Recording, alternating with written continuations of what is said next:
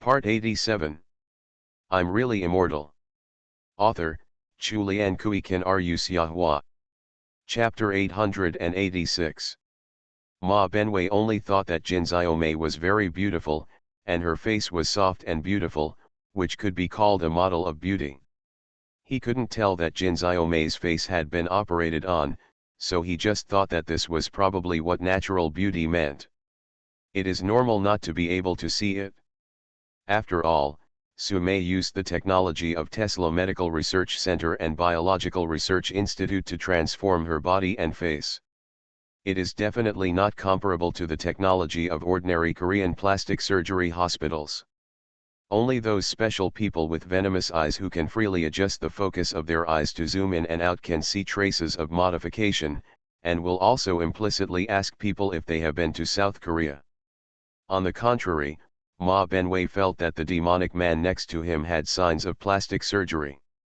The corners of his eyes were carved like daggers, the chin was as sharp as a shoehorn, and the corners of his mouth were deliberately raised. If you are top-notch and have some squeamishness, you can participate in talent shows and debut as a jiggy. The jade in this man's hand was extraordinary, faintly exuding the aura of a treasure that absorbed the essence of heaven and earth. Ma Benwei had only seen similar jade when following his brother to visit a great collector, but it did not have the brilliance and texture of the thing in front of him. As for the words on the jade, Ma Benwei didn't care much. Firstly, he only had a little knowledge. Secondly, he was not interested in carving and calligraphy. Thirdly, the meaning of these sentences was unclear. It sounded like a middle school girl piling up words in a pretentious manner. Make up meaningless paragraphs. Miss Jin, I understand why your surname is Jane, Guan Yuan said thoughtfully. Ah, Jin Xiaomei thought to herself. Isn't my surname Jin because my father's surname is Jin? But there was still a sweet and slightly surprised smile on his face. Why? Because you are so golden and dazzling, Guan Yuan praised. He is no longer the shy boy he used to be. He had to find words on the internet to pick up girls and strike up conversations. Now he speaks casually, humorously, and naturally. Guan Yuan still remembered that he once used touching words of love to Bai Hui, but she actually vomited. The blow Guan Yuan received at that time even deeply hurt his self-esteem and self-confidence, but he was later buried by Lu Chang'an, so he didn't care about it anymore. Jin Xiaomei was stunned for a moment, but she still raised the corners of her mouth and smiled. She was wearing a piece of gold jewelry today, a Chanel rose gold bracelet, but it was far from sparkling. Mr. Guan is so funny. Who is this? Guan Yuan's attention quickly shifted to the demonic man next to Jin Xiaomei. Although Jin Xiaomei is beautiful, she is just a woman. Women are no longer a scarce resource for Guan Yuan, but it is the man next to her who gives Guan Yuan an extraordinary feeling. Guan Yuan's vision has changed greatly, especially when he was working for Sunangziu. He realized that the existence of superhuman beings like himself in the world is not that unique. Many times, he would vigilantly examine some things that seemed special. People. Of course, no matter how extraordinary this demonic man is, Guan Yuan is confident that he can control him. After all, he is someone who has fought against Lu Chang'an. From Sunangziu, he learned that except for Lu Chang'an, there is no one better than Guan Yuan in the world. There are not many people. There are 8 billion people on the earth and some extraordinary creatures that cannot be called human beings. 10,000 and 20,000 is not a lot, and 10 or 8 is not a lot either. Guan Yuan's understanding is the latter. Many people still have the impression that the total number of human beings on Earth is only 7 billion. Some people born in the 1970s and 1980s may still have the impression that the total number of human beings on Earth is only 6 billion. 8 billion people, in total, they are only 10 or 8 times larger than themselves. Jiang, Guan Yuan didn't think he could be encountered so easily. This Mr. Zhuang is a profound Taoist mage who is proficient in all kinds of mystical spells. Jin Xiaomei gave a brief introduction. The man with a slender figure and rather charming eyebrows nodded coldly. Guan Yuan and Ma Benwei looked at each other and laughed tacitly. There was a hint of Taiwanese accent in Jin Xiaomei's tone, and now she was even more certain that she was from Taiwan. Young people here in mainland China rarely believe in profound Taoism, occult magic, and so on. A public figure once said that the inheritance of traditional Chinese culture is in Taiwan. In the early years, there was quite a market. Now of course everyone knows that there is indeed some inheritance in Taiwan, which is probably the dregs of feudal superstitious culture. If a mainlander encountered this demonic man, Ma Benwei and Guan Yuan would have to give some advice, beat the man up or call the police. But since Jin Xiaomei is a Taiwanese, they should respect their local customs. Get used to it. Seeing the meaningful smiles of Guan Yuan and Ma Benwei, Mr. Zhuang was a little unhappy and said, I heard that the person Secretary Jin wanted to meet was from some kind of underworld. I was worried about her safety, so I came to take a look, but the two of them seemed quite impressive, feeling safe. Mr. Zhuang is good at yin and yang. Guan Yuan smiled nonchalantly.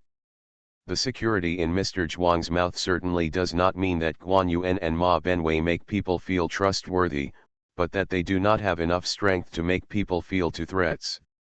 Ma Benwei reacted a little slowly and said nothing, but he was wondering whether he should arrange for two stirrups who were interested in this aspect to stir up Mr. Zhuang.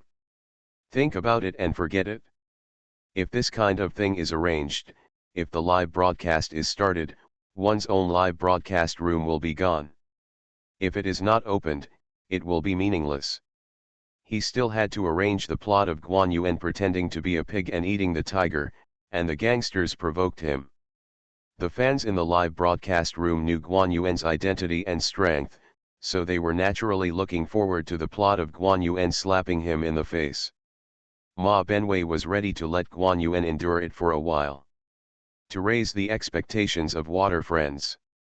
When someone starts to scold Guan Yuan for being a coward and threatens to unsubscribe, Guan Yuan will explode again.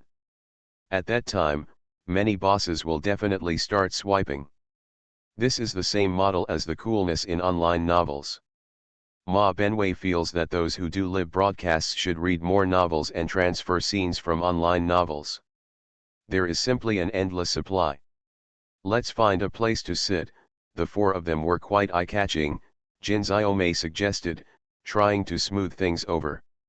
Jin Xiaomei and Mr. Zhuang got into a car, Guan Yuan got into Ma Benwei's Bentley, and the two cars sped away in the busy traffic. After the afternoon class, Zhu Huntang walked out of the classroom in a daze. The whole sheep felt buzzing and he couldn't even bleat BAA even if he wanted to. Sure enough, Mom was going to give the big responsibility to Maya, so she must first. Zhu Huntang looked around, but no one helped him to complete it. It turned out that he didn't say it out loud, he was just thinking in his heart. It seemed that his mana and control over the rules of the universe are still limited, high numbers must have affected his abilities. You should have a good rest first. After dinner, I will come and give you lessons, Yan Qingcheng said softly to Zhu Huntang. I want to commit suicide. Zhu Huntang was furious. How could anyone finish class in the afternoon and still have classes in the evening? Last time Lu Chang'an tried to make Zhu Huntang attend classes continuously, Zhu Huntang jumped into the swimming pool and committed suicide. Although Yan Qingcheng had already told her that she would have classes in the evening, Zhu Huntang was not as tired as she is now. Who would have thought that attending classes all afternoon would make people feel like they are walking between life and death? Why don't you try to go to class tonight? Lu Chang'an looked at Zhu Huntang calmly. Zhu Huntang looked at Lu Chang'an suspiciously. If he didn't go to class, what would he do to her? Is it a beating, tearing off her socks and skirt, or shooting her into the sky? Zhu Huntang is fearless, fearless. I will ask Zhongqing to send you to Antarctica. Lu Chang'an pointed to the south. Zhu Huntang's face changed drastically. If she was sent to Antarctica, how could she save her mother from the cold palace? Isn't the palace fighting faction of my own completely defeated? Qin Yinan will definitely be a traitor by then, and Zhongqing is Lu Chang'an's tiger-like little vixen whose delicate body became soft and completely submissive after 1 shock, 2 shocks and 3 shocks. Who can save his mother and daughter? Cold Palace. It's possible that Bai Hui will be more nostalgic for her old friendship. Maybe when Lu Chang'an was playing with her, Jiao Didi would blush and say something nice to Zhu Huntang. But it is better to seek help from others than to ask for yourself. Zhu Huntang decided to endure the humiliation and bear the burden, and would never live in the cold palace with his mother. Okay, do you think I'm afraid of you? I just don't want to feel like I'm walking upside down. If you send me to the North Pole or somewhere else, see if I'm afraid of you, Zhu Huntang snorted coldly. With a cry, he crossed his arms and left with his head raised proudly. Yan Qingcheng looked at Zhu Huntang's back with some admiration. As long as Zhu Huntang didn't put her hands against the outside of her thighs, put her 5 fingers together, and raise the backs of her hands like a penguin, she still looked like a young lady. But what she was a little strange about was why Zhu Huntang compromised when Lu Chang'an said he would send Zhu Huntang to Antarctica. Could Lu Chang'an really be able to assign Zhu Huntang's people to deal with Zhu Huntang? That Zhongqing is obviously someone under Zhu Huntang. Why does she feel like walking headfirst in Antarctica? Does it feel like being sucked upside down on the ceiling? Yan Qingcheng smiled and shook her head. She has been to Antarctica. She just has a sense of confusion caused by magnetic field interference or other reasons, rather than really thinking that people stand upside down in Antarctica. Lu Chang'an shook his head and defended Zhu Huntang. Actually, many women are like this. They didn't feel like they were standing on their heads when they were in Antarctica, but when they return to their daily environment and recall how they felt in Antarctica, they will feel confused. Note 1. It turns out that was the case. Yan Qingcheng nodded in realization. He was still wrong. Many people often ridicule others because of their own ignorance. Let's go eat. Lu Chang'an patted Yan Qingcheng's shoulder, motioned for her to follow him, and then walked straight forward. Ah, I want to eat with my mother. Yan Qingcheng did not expect that Lu Chang'an would invite her to eat together. Judging from the direction he was walking, he should be going to the cafeteria. She did not misunderstand what restaurant Lu Chang'an wanted to invite her to. Lu Jianxi and your mother have an appointment tonight, why are you going to get involved? Finish your meal early and go stay with Zhu Huntang. Lu Chang'an waved his hand and said. It turns out that this was the case. Her mother had never told her about such an arrangement, and Yan Qingcheng had no doubts. The cloudless smile on her mother's face in the past 2 days was something Yan Qingcheng had rarely seen before. She knew the reason and hoped that her mother's state could continue. It just so happened that I also wanted to have a chat with Lu Chang'an. Yan Qingcheng heard the roar of large machinery, looked up and saw a large helicopter flying from the direction of Hedong. She already has a certain understanding of Zhu Huntang's daily life. This helicopter should be delivering meals to Zhu Huntang.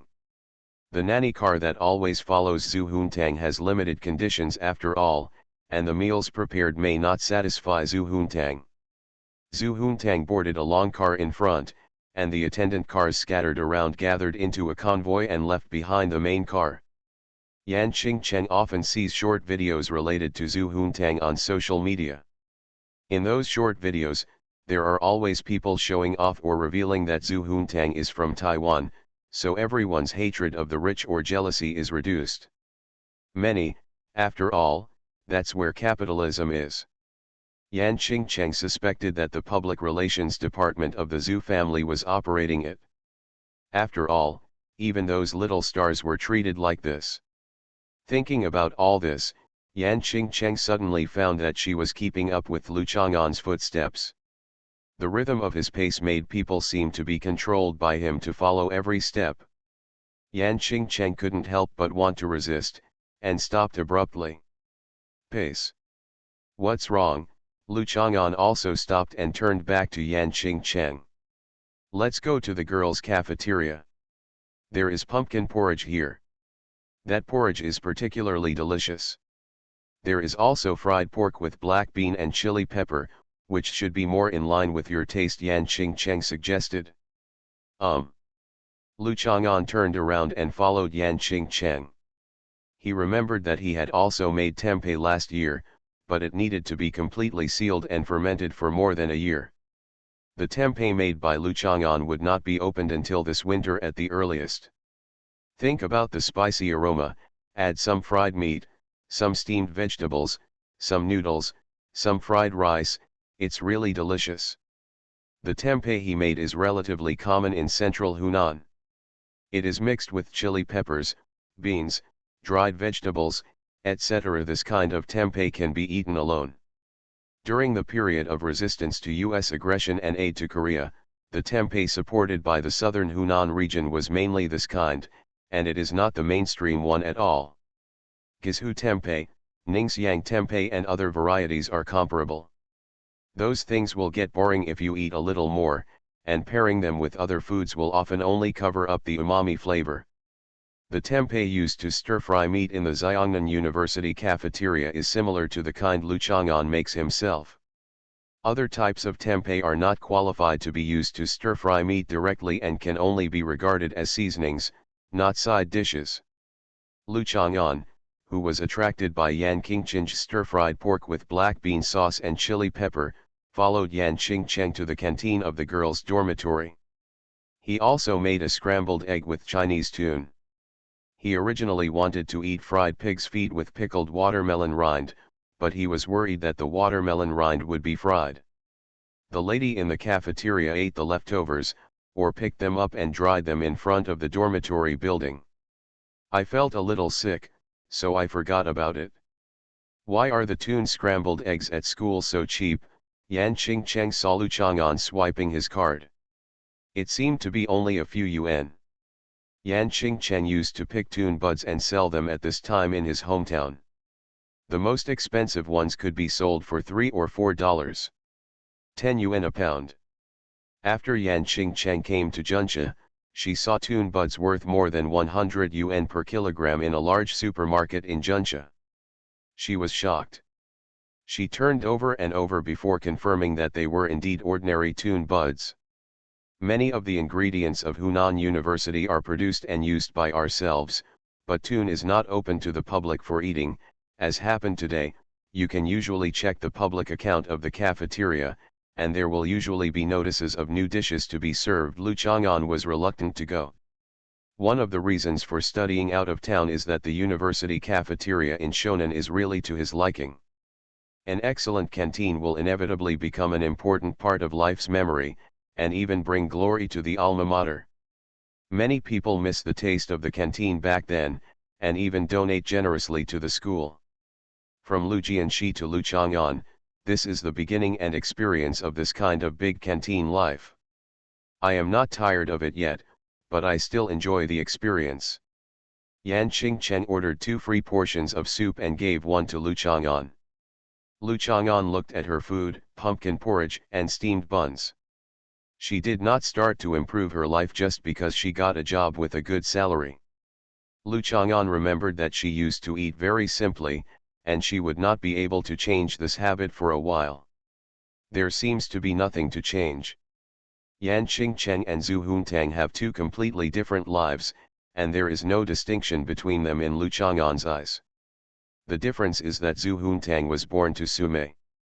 She was born because Lu Chang'an worked too hard. The human genetic biological egg was stimulated by Lu Chang'an's nutritional elements and grew into a gestational sac.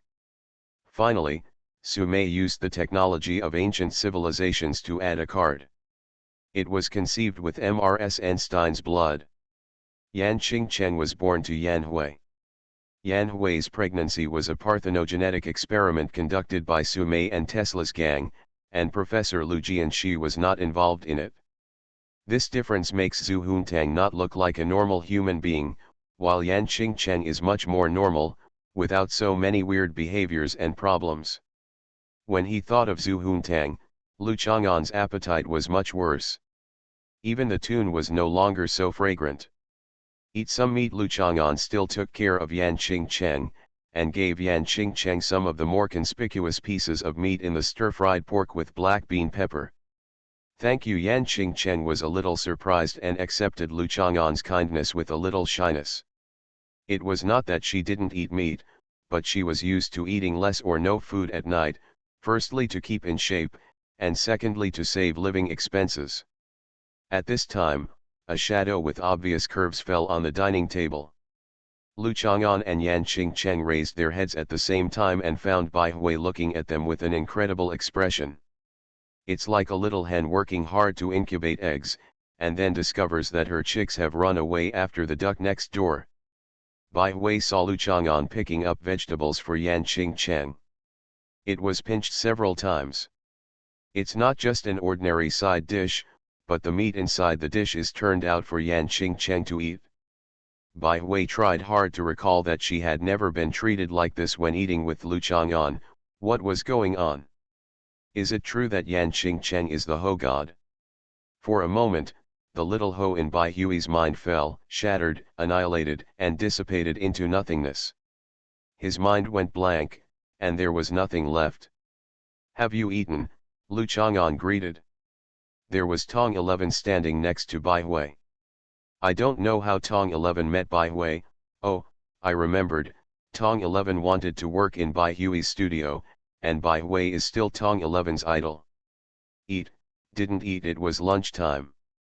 Bai Hui met Tong 11 who was applying for a job, so she planned to chat with Tong 11 while eating. This was also because she thought Tong 11 was pretty good, otherwise she wouldn't have eaten while eating. While chatting, Yan Qingchen glanced at Bai Hui and knew that Bai Hui had misunderstood, but Yan Qingchen was too lazy to explain. Why should she explain to Bai Hui? If it was in Nuan, it would be more like it. Yan Qingchen didn't have much contact with an Nuan, but she had a good impression of an Nuan. Such a beautiful and lovely girl, playful and delicate, was not only the ideal first love in the eyes of boys, but also what girls liked. I often hear Zhu Huntang talking about helping Bai Hui to poach people. Yan Qingchen feels that Zhu Huntang's behavior is a bit wrong, and it's hard for her to say anything, let alone get involved. I recommend you to eat fried pig's feet with pickled watermelon rind, but I kind of doubt that the production process of watermelon rind involves nibbling. The fried pork with black bean sauce and chili pepper and the fried tuna egg we are eating are also delicious. Lu Chang'an motioned to Bai Fennel to go first. Have a meal. Seeing Bai Hui's distraught appearance, Tong 11 had an idea and quickly pulled Bai Hui aside. If you like someone, you can't hide it. That time when Tong 11 and Qin's Haiqiang went to the comic exhibition and met Bai Hui and Lu Chang'an, they felt that Bai Hui had that kind of interest in Lu Chang'an, and now they can see it clearly. Girls are gossip hounds. They will bark excitedly when they smell something, and they will rush over and dig around, trying to find something. Of course Tong 11 couldn't gossip with Bai Hui about what Lu Chang'an and Yan Qingchen were doing at this time, unless she didn't want to apply for the position at Bai Hui's studio. Lu Chang'an and Yan Qingchen have a good relationship, but they must be fine, Tong 11 said without looking at Bai Hui, holding the dinner plate and minding his own business. Bai Hui quickly asked, how do you know that everything is fine? Just now Lu Chang'an served Yan Qingchen some food. That only shows that the relationship is good, and Lu Chang'an is a caring and considerate person. Didn't you see Yan Qingchen eating pumpkin porridge and steamed buns? Tong 11 analyzed calmly. When girls look at problems, they often do not analyze them from an objective standpoint, but see which direction they want to analyze. If analyzed in the direction of gossiping and making trouble together, then Lu Chang'an and Yan Qingchen are involved. The focus is not on Yan Qingchen's pumpkin porridge and steamed buns, but on Lu Chang'an's gentle eyes, the shyness on Yan Qingchen's face, and the two of them. People's eyes cross each other, so the difference in focus determines completely different conclusions. Now of course Tong 11 can only focus on pumpkin porridge and steamed buns. Huh? Does she eat less? I usually don't eat at night. Bai Hui quietly looked back and said in confusion. Yan Qingchen, we all call her Qinzi. Qinzi's family conditions are average, and she chooses cheaper places for food and groceries. Now her living expenses seem to have increased a lot, but she is still very frugal. Faced with this kind of girl, usually she has a soft heart. Boys will be more sympathetic and want her to eat more, but this does not mean that the relationship between the two is ambiguous, Tong 11 said objectively. People usually joke that Yan Qingcheng is the only girl in the class besides Zhu Huntang that Lu Chang'an likes, but if you really want to say that Yan Qingcheng and Lu Chang'an have an ambiguous relationship, it's not like that. Hearing what Tong 11 said, it still felt a little forced, but Bai Hui was more accepting of it. After thinking about it, he analyzed it. That's what I'm talking about. The most important thing is, what does Lu Chang'an really have with Yan Qingcheng? Yan Qingcheng, I must have a guilty conscience, and I probably don't have the guts to be so openly ambiguous. So Tong 11 and Bai Hui went to get vegetables together, and she saw that Bai Hui really made the pickled watermelon rind and stir-fried pig's feet. Did you eat so greasy at night? Tong 11 looked at Bai Hui in surprise and expressed envy at the same time. How can you still maintain such a good figure? Oh my god, I want to eat so freely too. Occasionally, he. Bai Hui actually doesn't really want to eat it, but Lu Chang'an is a strange person. He might be unhappy because Bai Hui didn't eat it despite his recommendation.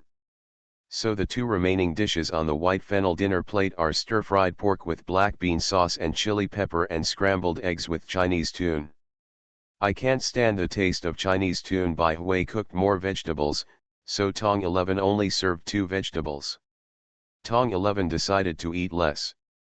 She recently discovered that her waist was about the same as Qin's Haiqiang's, and she felt heavy of blows and insults. Qin's Haiqiang is simply a role model in the weight loss industry. After the two sat down, Tong 11 glanced at Lu Chang'an. Intentionally or unintentionally, the girls in our class pay more attention to Lu Chang'an. Bai Hui raised her eyelids, and glanced at Tong 11 lightly through her bright eyes under her straight eyelashes. If Lu Chang'an is really having an affair with someone in the class, he must not be able to hide it from us. Tong 11 continued. We all know Lu Chang'an's whereabouts and Chinzi's whereabouts. We didn't find out that they dated. You don't have any classes tonight. Bai Hui understood Tong 11's hint very well. No. Let's go check out my studio later. Okay, boss. At this time, the 3 girls from Beiwei's dormitory came over with a few people, including male classmates Wang Weiang, Lao Meijiao, and Zheng Changhe. Tong 11 unexpectedly found that Lin Feng from his class was also there, and he seemed to be taking the lead. By the way, Guan Yuan is back from Brazil. He is in Junxia today and will treat us to a supper tonight. Are you going? Li Hongman asked. She and Guan Yuan were admitted to Hunan University from the same high school. We basically didn't have much contact in high school, but we got to know each other quite a bit in college. Lin Feng looked at Bai Hui expectantly. He knew that Guan Yuan seemed interested in Bai Hui. Being able to invite Bai Hui over would make Lin Feng appear to be very good at doing things in front of Guan Yuan. I won't go. I have something to do tonight. Bai Hui shook her head resolutely. A gentleman should not stand under a dangerous wall, and a lady should not get close to the crotch of a macho man. This is the principle to avoid suspicion. Guan Yuan has become the boss of the underworld, and there is nothing wrong with calling him a macho man.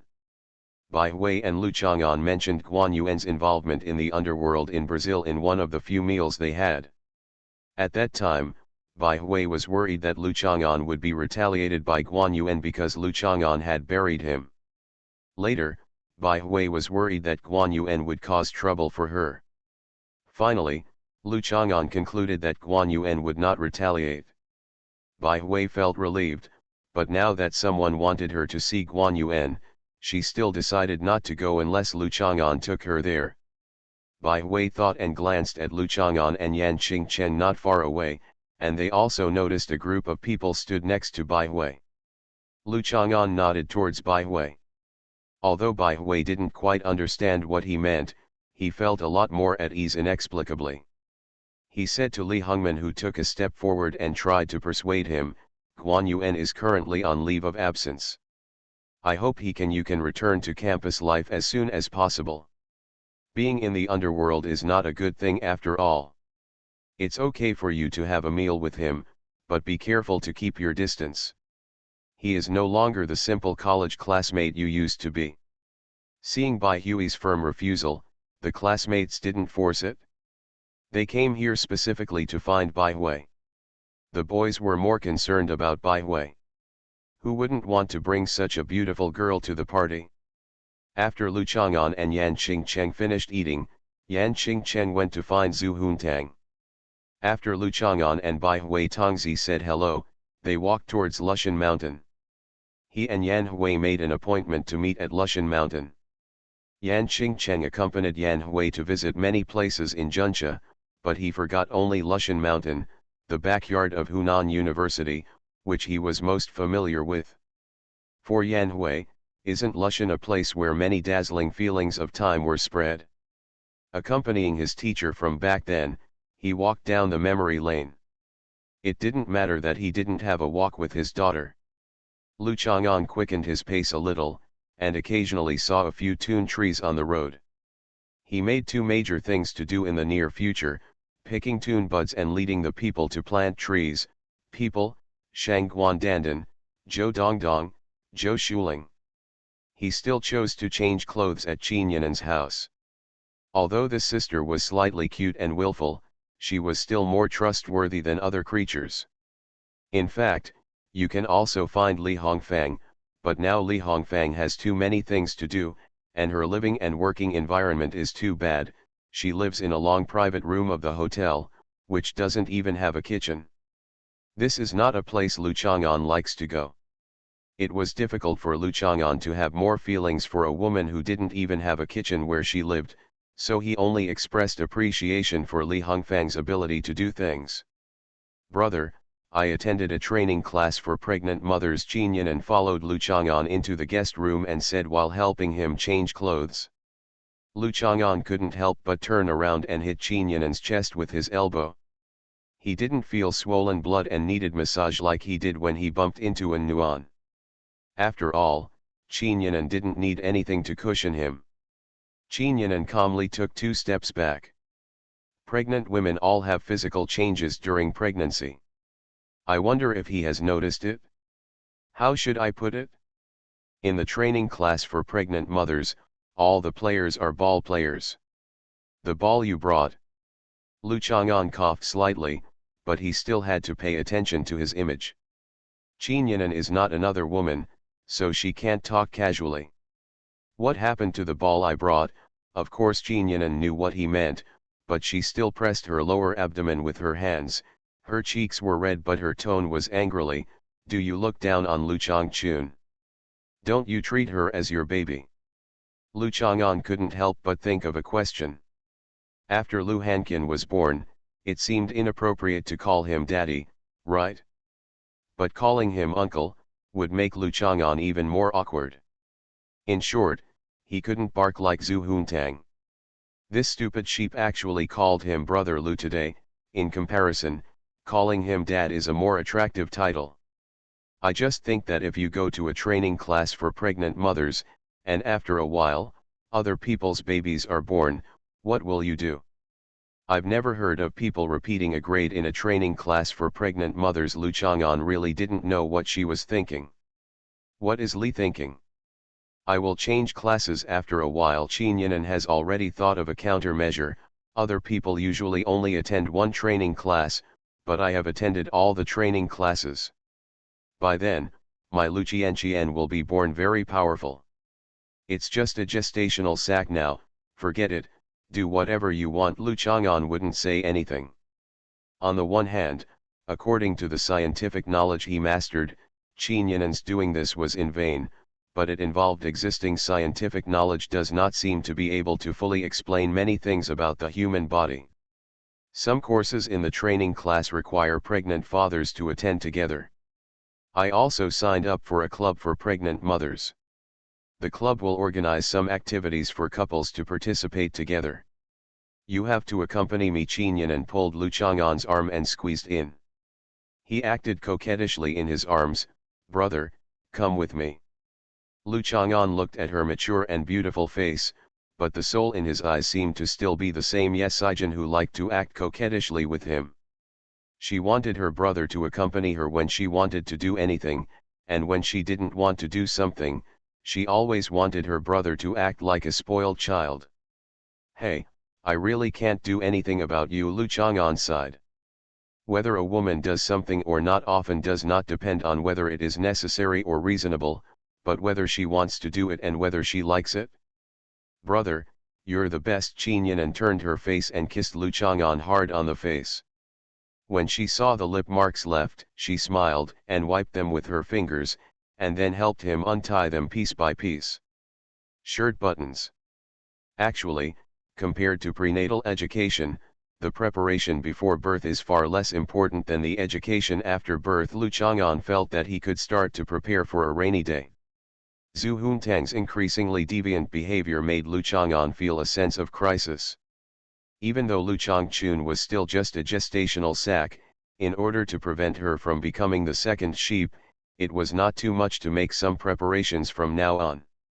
First of all, you have to improve yourself. There is a saying that goes well, the father determines the upper limit of a child, and the mother determines the lower limit of a child. Lu Chang'an doesn't care whether the sentence is widely applicable, as long as it applies to the situation at hand. Qinyanan instinctively wanted to refute, and nodded again. He didn't say it clearly, but if this father was him, then there would be no problem with this sentence. Zhu Huntang must be like this because of Sumei. Qinyanan added, by the way, even though Sumei has been sent to the Antarctic, Qinyanan still likes to tease her from time to time. Women are always very persistent in holding grudges. It is difficult for Lu Chang'an to disagree with Qinyanan's point of view. At this time, Qinyanan's cell phone suddenly rang, and it was Zhu Huntang who played the video. Qinyanan glanced at Lu Chang'an and answered the call with a slight guilt. I was singing a song just now when I suddenly sneezed. Are you and the bad old man talking bad about me? Qinyanan's camera also captured the half-dressed Lu Chang'an, and Zhu Huntang's tone became even more angry. Lu Chang'an knew that he would go to Qinyanan to vent his animal desires, and he would not play with Zhu Huntang. Isn't cuteness invincible? Obviously, when most people see a lovely fairy like Zhu Huntang, they will become pure and purified, and they will never think of those low-level and obscene things. The fact that we say bad things about you should have nothing to do with your sneezing. You know, if we say bad things about you and you sneeze, then you should be spitting out all your internal organs. Qinyanan helped Zhu Huntang recognize the reality. When your Lu Qianqian comes out, I will teach her how to bleat every day. She will not be able to speak human language, but only bleating. Zhu Huntang threatened angrily. Qinyanan stopped talking, which was a bit scary. Why haven't you gone to study yet? Lu Chang'an looked at the time. He had already walked to Lushan Mountain. Logically speaking, Yan Qingcheng had been teaching Zhu Huntang for a while. I'm very tired today. I want to sleep right after dinner. I drank a bottle of nutrient solution to restore my physical strength and energy. It will take a while to reach the best state. After Zhu Huntang finished speaking, he hung up the phone. This bad old man knew how to drive away. Yan Qingcheng came to torture Xian Mei, who was supposed to be living a carefree life in the Bimei universe. The nutrient solution she was talking about shouldn't be Nutrition Express. Could it be that you? Qinyanan looked at Lu Chang'an suspiciously. Lu Chang'an knocked her on the head. After changing his clothes and image, Professor Lu Jianxi left Qinyanan's residence and came to the observation deck next to the Peak Hotel. Yan Hui stood next to the telescope, her white and slender fingers gently pressing on the fence. Her beautiful cheeks regained a lot of youthful flavor, as if the flowers that had been wilted by the midday sun suddenly ushered in the drizzle of rain is moist and tender. She was wearing black linen clothes and pants, which looked a little thin in the weather at this time, and her temperament was a bit more pitiful. The mountain breeze blew over her figure, and her plump curves were a bit unexpected. She originally thought she was like Lindayu. She is a yandere, but she has the plumpness of a lady. This year's market has gone from explosive to stable, and the industry will usher in a new pattern after the reshuffle. Shared bicycles have injected internet genes into the real economy, promoting comprehensive changes in innovation models and production methods.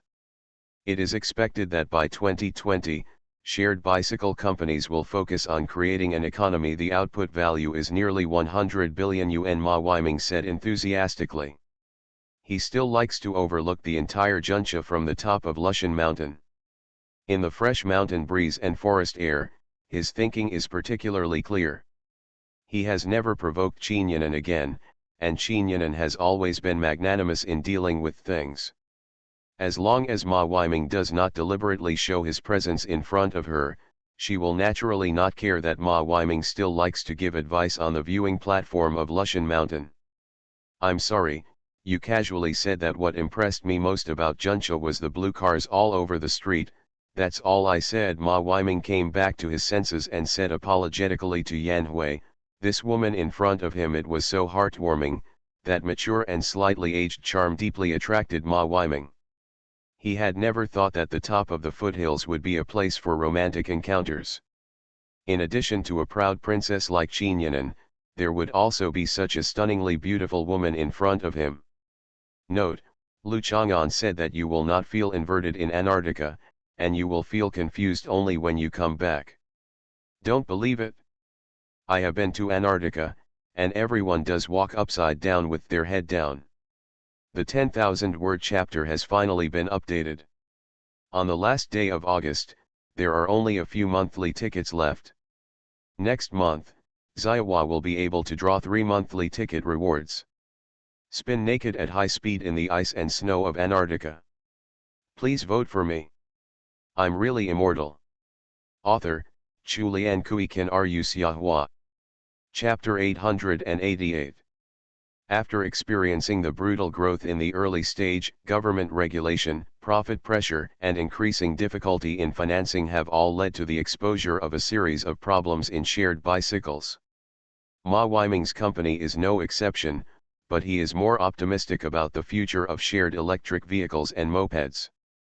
Ma Weiming has always believed that laziness is people's habits, pursuits, and source of comfort. Sooner or later, the shared bicycle market will shrink like motorcycles and electric vehicles, compressing the bicycle market. Juncha is Ma Weiming's home base, and Ma Weiming's Happy Bicycle made its first investment in the development of shared mopeds in Juncha. These days, Ma Weiming will personally be in charge of Juncha. He will visit Lushan Mountain from time to time and think about his future business map. I didn't expect to see such a stunning beauty again on this rainy Lushan Mountain, which is pleasing to the eye. This beauty doesn't look too young, and she is a good match for a career-oriented man. Young women are too arrogant, such as Qinyanan, and often disdain men's pursuit and attentiveness. They have no shortage of men to chase them. Even if they catch them, they are still in trouble and have too many things to do. They always regard those superficial and vulgar love articles about men and women on marketing accounts as the Bible. The most important thing is that they love to play too much, and business elites like Ma Weiming simply cannot have as much time with them as little boys do.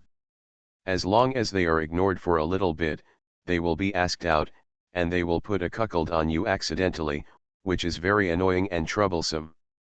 An older mature woman has a charm that is hard to match for a young woman. She is more tolerant and patient. She clearly knows what she can gain by being with Ma Benwei and what she will lose if she does something that makes him unhappy. Reason, patience, tolerance, the most important prerequisite is of course beauty. Such a mature woman is a good match. Ma Weiming was not sure that the woman in front of him was his perfect match, but he was moved. Her lips are bright and full in color, and her cheeks are slightly thin and not rich enough. But combined with the straight bridge of her nose and her slightly narrow eyes, they are like rice flowers still blooming in the barren dry fields, with a light fragrance but pregnant with autumn. The fragrance of rice at the end is profound. This is a woman who has experienced a lot and must know how to cherish, be grateful and satisfied. Such a woman is far more suitable for marriage, family, husband, and children than those beautiful girls who are just fun. It seemed that Ma Weiming had already thought about what his son would be called the first time he met her. If I have time, I would like to learn more about the prospects of shared bicycles. Yan Hui raised her hand to block the light of the side street lights. The young man in front of her seemed to have misjudged her age.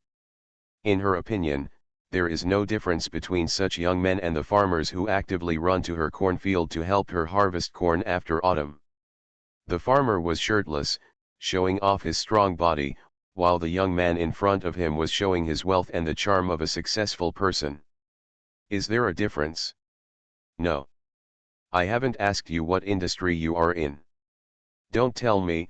I guess, you must be a teacher. Ma Weiming waved with one finger, and then said firmly. Yan Hui nodded with a smile.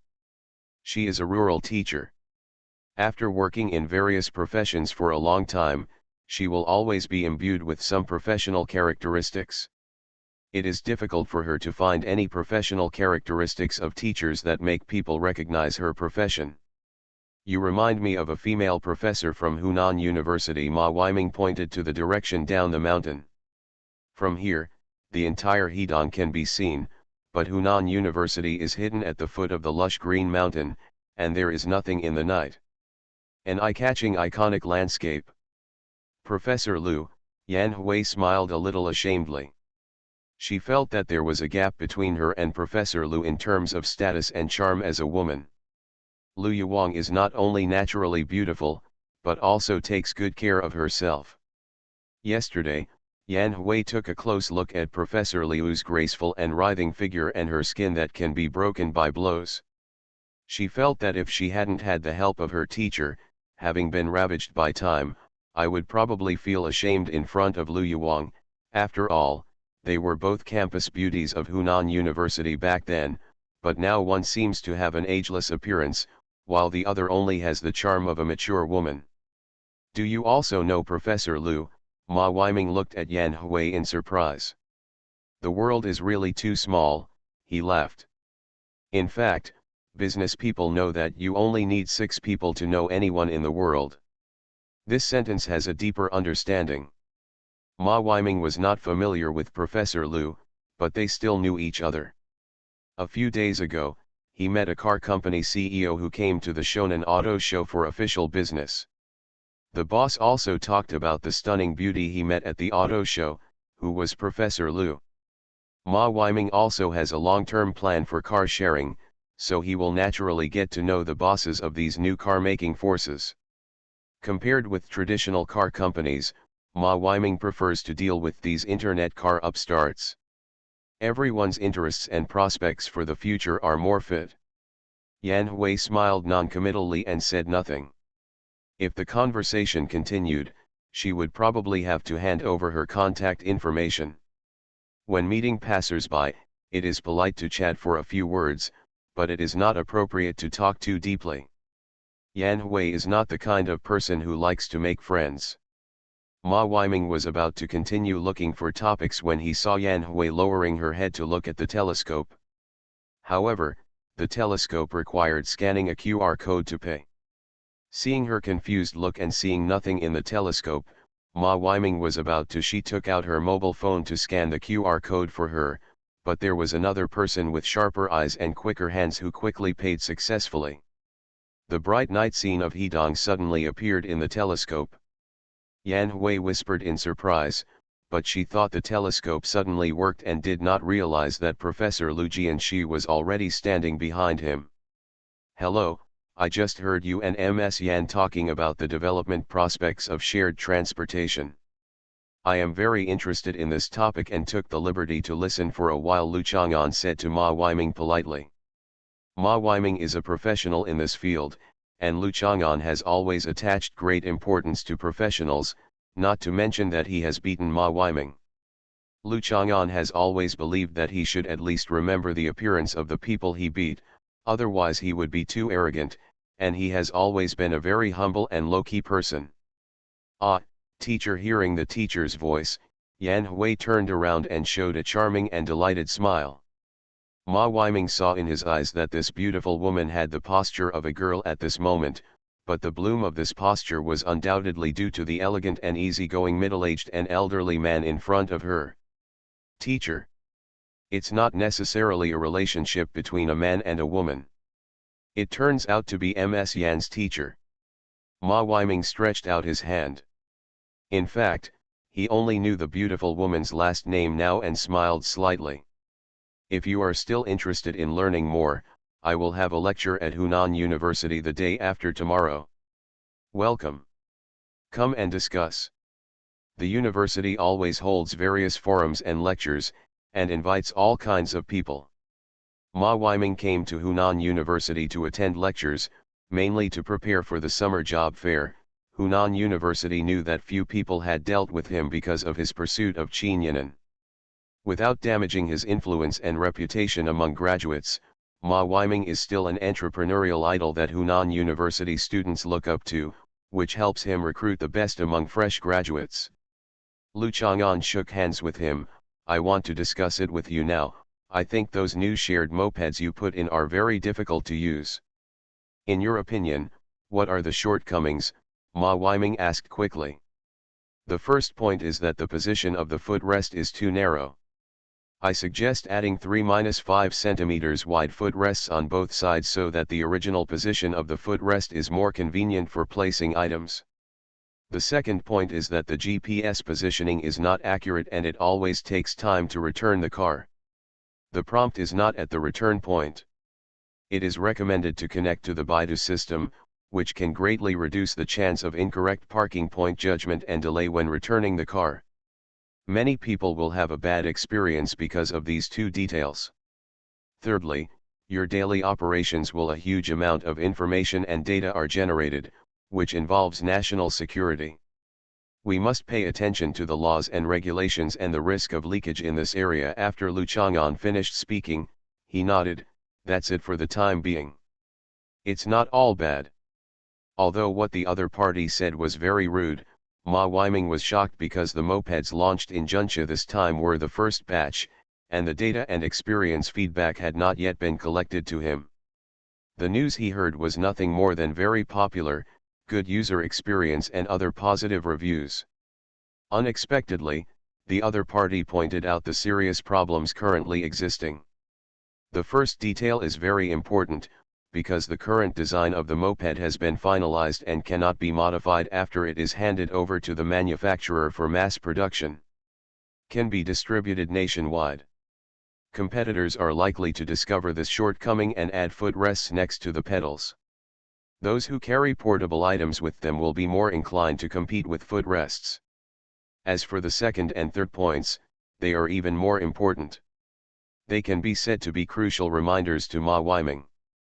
Thank you for your feedback and reminder. Ma Weiming handed over the business card with both hands and looked at Lu Chang'an sincerely. Please give me your advice.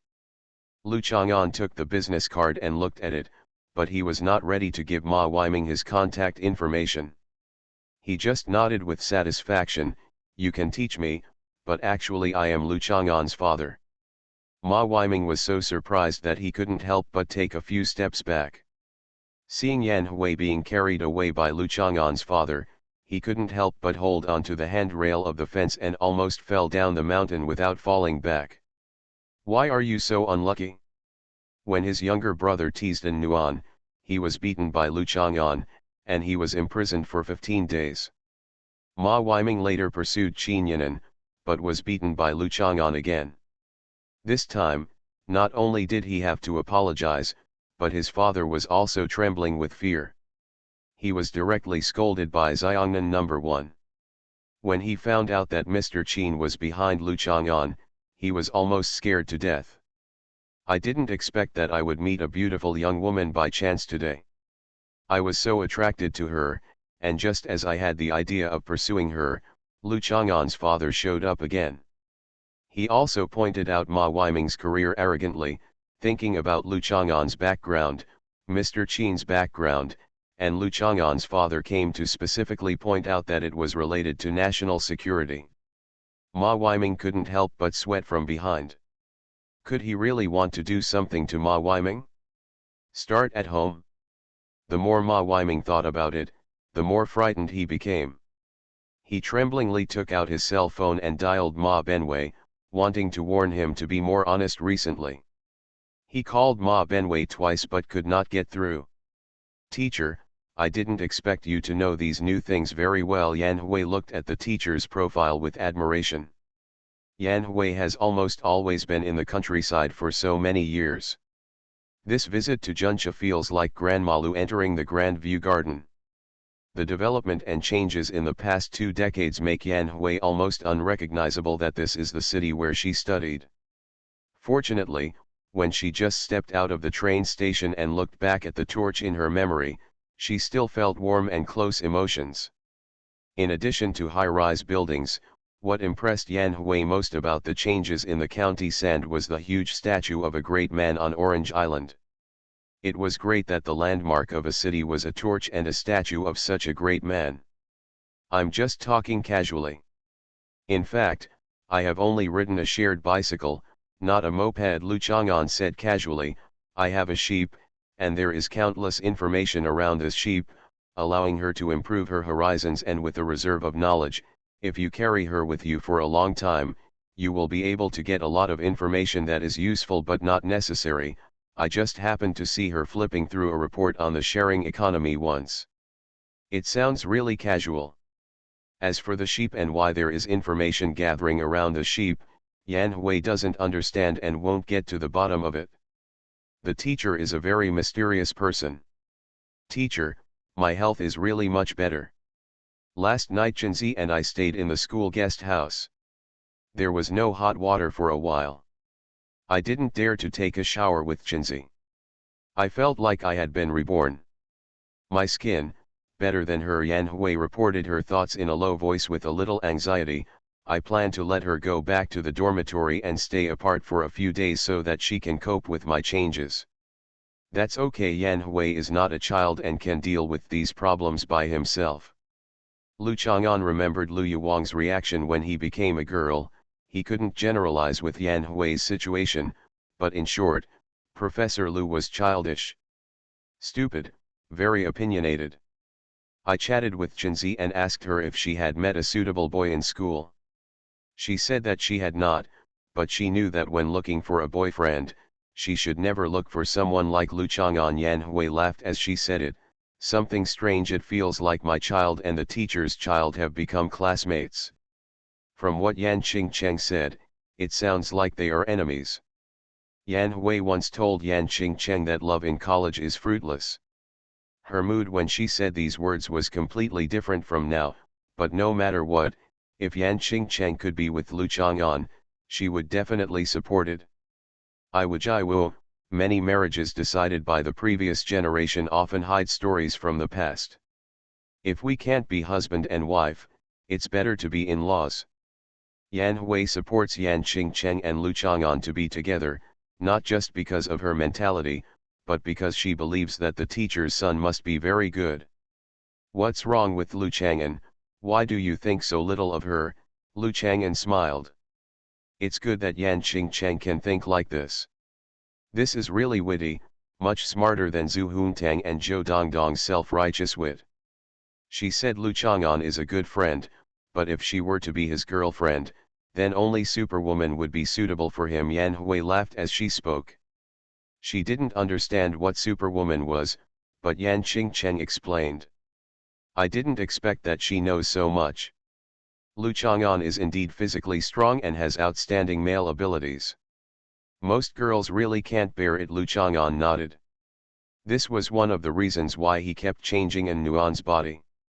Ah!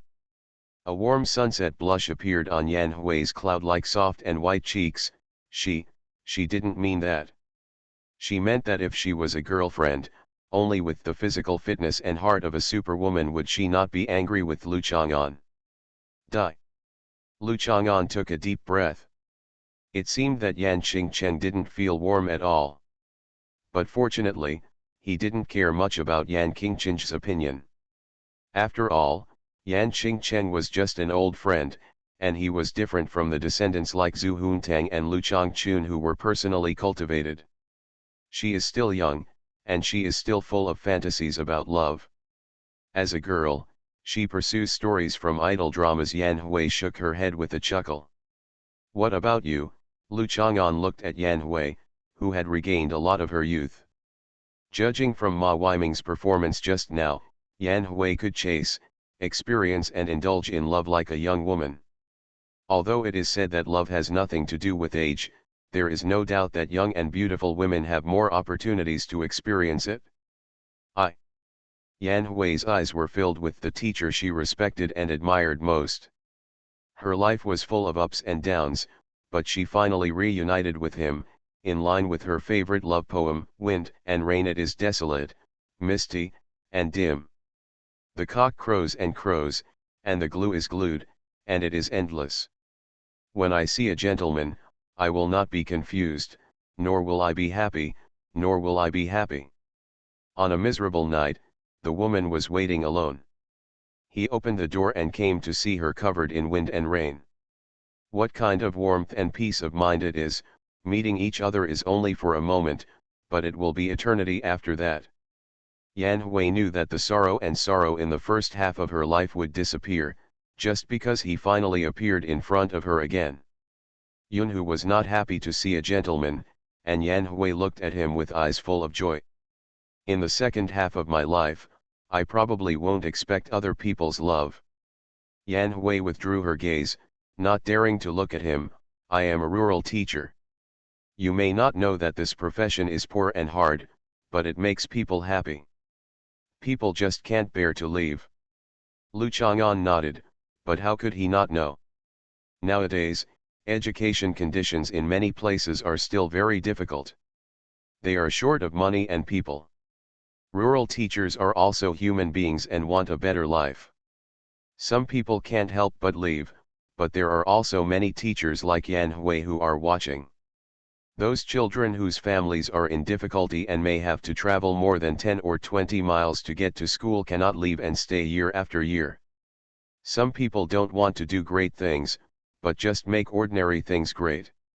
The two of them were walking on the top of Lushan Mountain chatting when Lu Chang'an's phone rang.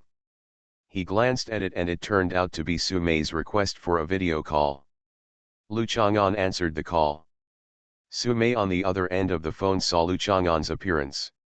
After being stunned for a moment, she said, Guan Yuan and Jin Xiaomei were arrested together. In the new January, Xiahua is about to update a lot of chapters. They are all big chapters. Please vote for me. You are listening to Novels at Bless Up channel. Wish you happiness and luck. Please subscribe to receive new novels. How do you feel about this novel? Please like and leave a comment. I'm really immortal. Author, Chulian Kui Kan Ru Xiahua. Chapter 889.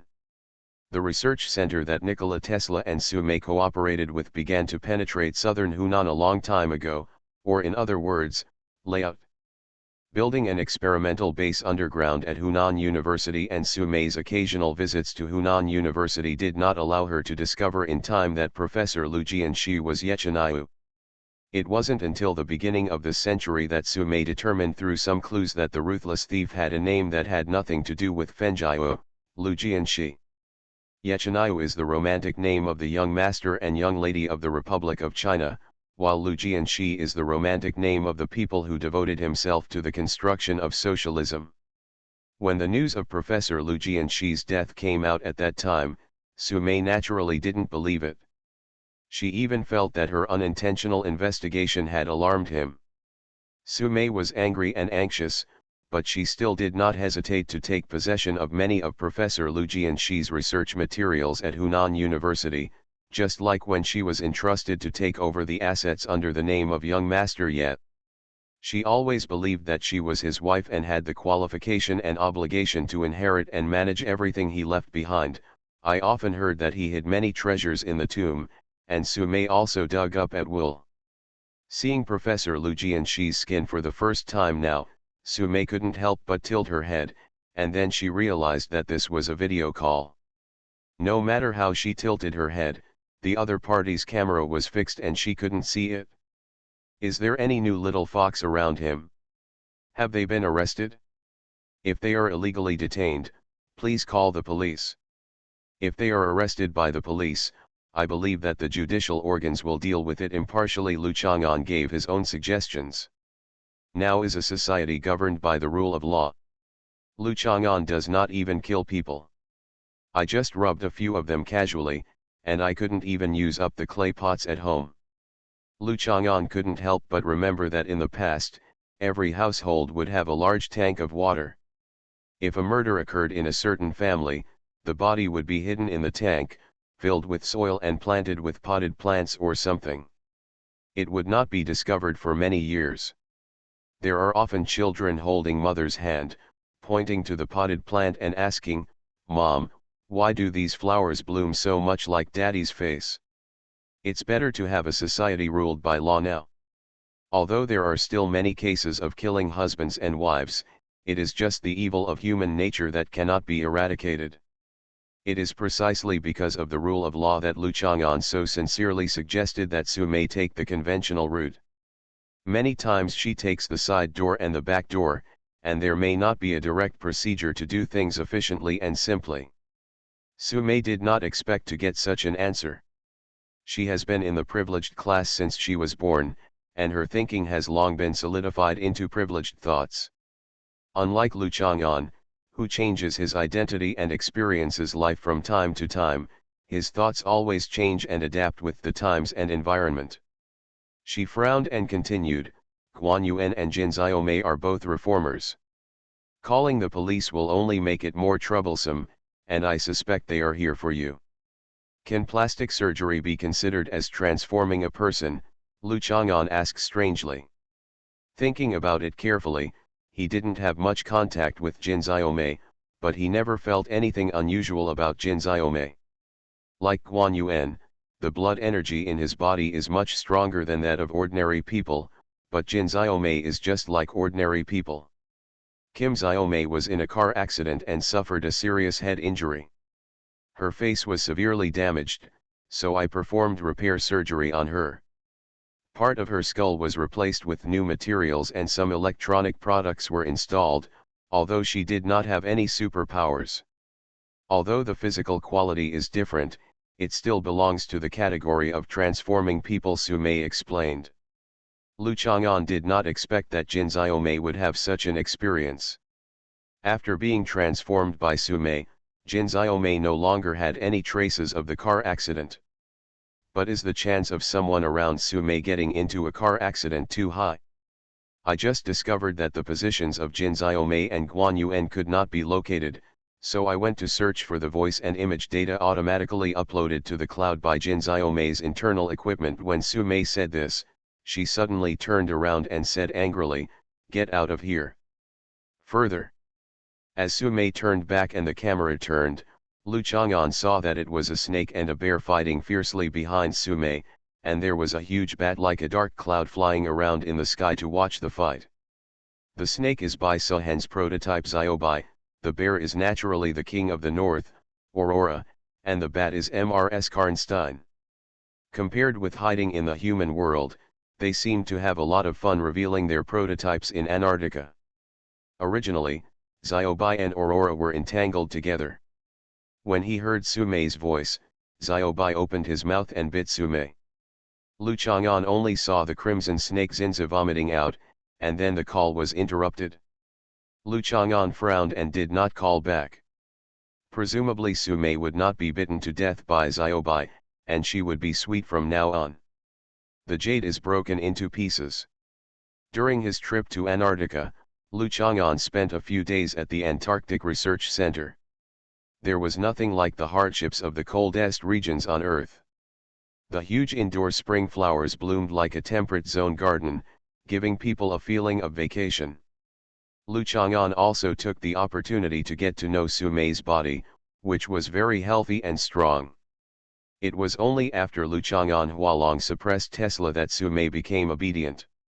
Otherwise, she would not have stayed in Antarctica doing research, remotely controlled and commanded some things, and never came to Juncha to participate in palace battles in person.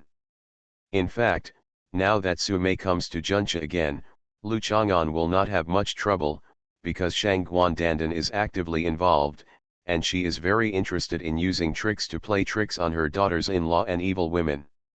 Let's go. Lu Chang'an put away his phone and said to Yan Hui, who was standing not far away. Teacher, do you have something to do? Yan Hui asked thoughtfully, a little worried about delaying the teacher's work. How about you go do something first? She didn't deliberately seek to appear in the spotlight, but she didn't cover her ears. She could still hear the conversation when she walked to the side. It's okay. Lu Chang'an shook his head. He was just thinking about Jin Xiaomei being transformed by Sumei. There is no doubt that Jin Xiaomei's life was saved by Sumei. Otherwise, she would have suffered a severe head injury and serious facial injuries in a car accident. Even if she survived, it would have been an extremely painful life. Jin Xiaomei can now live like an ordinary person, all thanks to Sumei, but she has also been implanted with some high-tech equipment by Sumei, resulting in Jin Xiaomei's every move being monitored by Sumei.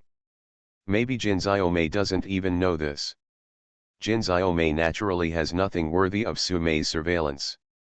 She is more like an extremely secretive and difficult to detect monitoring device.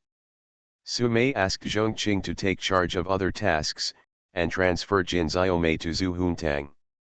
Apparently she felt that Zhong Qing should be allowed to focus on other tasks, and the matter of keeping an eye on Zhu Huntang was handed over to Jin Xiaomei, the humanoid monitoring device. More suitable. What Jin Xiaomei sees and hears every day will be uploaded in the form of data streams, accurately recording the real situation. This is more objective and accurate than Zhongqing's previous review of Zhu Huntang's situation to Sumei. Lu Chang'an still remembered that when Zhong Qing was investigating his situation in the past, she often added fuel to the report, inevitably adding many of her subjective feelings. For example, at first Zhong Qing thought Lu Chang'an was a social idler who lived with the old bastard. Jin Xiaomei and Guan Yuan will be captured, Lu Chang'an thought for a while and realized that he might have provoked those strange beasts. Other than that, there should be no other forces in Junxia that could do it. Do you still have any contact with your classmates at that time? Lu Chang'an no longer cared about Guan Yuan and Jin Xiaomei. Sumei would definitely contact him again soon. If not, it meant that she was eaten by a snake. Or eaten by bears and bats and the like. A faint blush appeared on Yan Hui's face, and her fingers gently pushed aside the thin bangs in front of her forehead. The teacher liked girls, and liked women with bangs, so Yan Hui has always maintained this hairstyle. The blush on her face was just because the scandal between herself and her teacher was a male-female affair. In the past, she was inevitably aggrieved and lonely with nowhere to talk, and she was even more embarrassed to interact with her classmates. Very few. At first, I had phone calls and correspondence with the sisters in the dormitory. But later, the mountain village primary school I went to didn't have a phone at all, and it was inconvenient to even write and receive letters. Some of them moved, some went abroad, and gradually they stopped. After getting in touch, I went to the county several times to do errands, and I learned to go online and log in to the classmate directory named Qin Aaron, and found my class. Yan Hui said with some nostalgia. High school is wonderful, and college is very important, especially at the level of social interaction. College classmates often have more contacts and party activities than high school classmates. Why doesn't Yan Hui want to participate in the social interactions of her classmates? Qin Aaron? What a distant word. The prototype of social networking sites in the early years has now collapsed. Lu Chang'an remembered that later there was Renren. The predecessor of Renren was called Xiania. The founder was Wang. Seeing this person later, I created an app called Meituan. Yeah, I don't know how long it took, but I had the opportunity to go online and hang out for a while, but I found that the list of classmates was gone. Yan Hui actually copied the contact information of some classmates into his notebook at that time. But I have never dialed any of these numbers in all these years. I am just a rural teacher, and my mentality is probably what Udafa wrote in Returning Hometown. I don't have no friends in the local area, but they are either the director of the department or the staff officer. Now is the time when I am very proud. If I go to the meeting in a daze, I'm afraid I'll feel worse in my heart than if they hate me after seeing me. When some people are down and out, they will seek help from relatives and friends, while some people would rather hide and suffer silently than lower their heads. They still have to act proud and self-respecting and cannot bear the slightest pity. I didn't expect that you and I would be the first to meet again. Lu Chang'an hugged Yan Hui's slender waist. Yan Hui leaned meekly in the teacher's arms. Human emotions are really strange. Sometimes the pain can accumulate and eventually become unbearable. Sometimes a moment of joy can destroy all these pains and disappear. By that moment, when joy dominates the contentment, it seems that all the pain in the past has become an illusion. Ah, you are Yan Hui. The two of them were cuddling together and admiring the night view of Lushan Mountain. An alumnus who had not contacted or met Yan Hui for many years suddenly appeared. Who are you? Yan Hui was very sure that the other person was not from the township where he worked, or was a staff member of the county education committee. Only former alumni would know him in Junsha, but Yan Hui really didn't remember the other person. Lu Chang'an knew him, he was Bai Hui's father. I'm Bai Shengtian. I'm your senior brother. We met at the dance. That day you came looking for someone but couldn't find him. I accompanied you to search for him, and I even confessed to you, Bai Shengtian said excitedly. Continued chapter 167. Lao Bai, you are so obsessed with the school beauty you confessed to back then. Does your wife know? Lu Chang'an was thinking about whether to videotape or record something so that he could use it in the future so that Bai Shengtian would have to support and cooperate with him. Well, he didn't want to have anything to do with Bai Hui and needed Bai Shengtian's support or something like that. Of course I'm talking about playing mahjong. Lu Chang'an didn't win much money when he played mahjong at Bai Hui's house, but it was still quite enjoyable, wasn't it?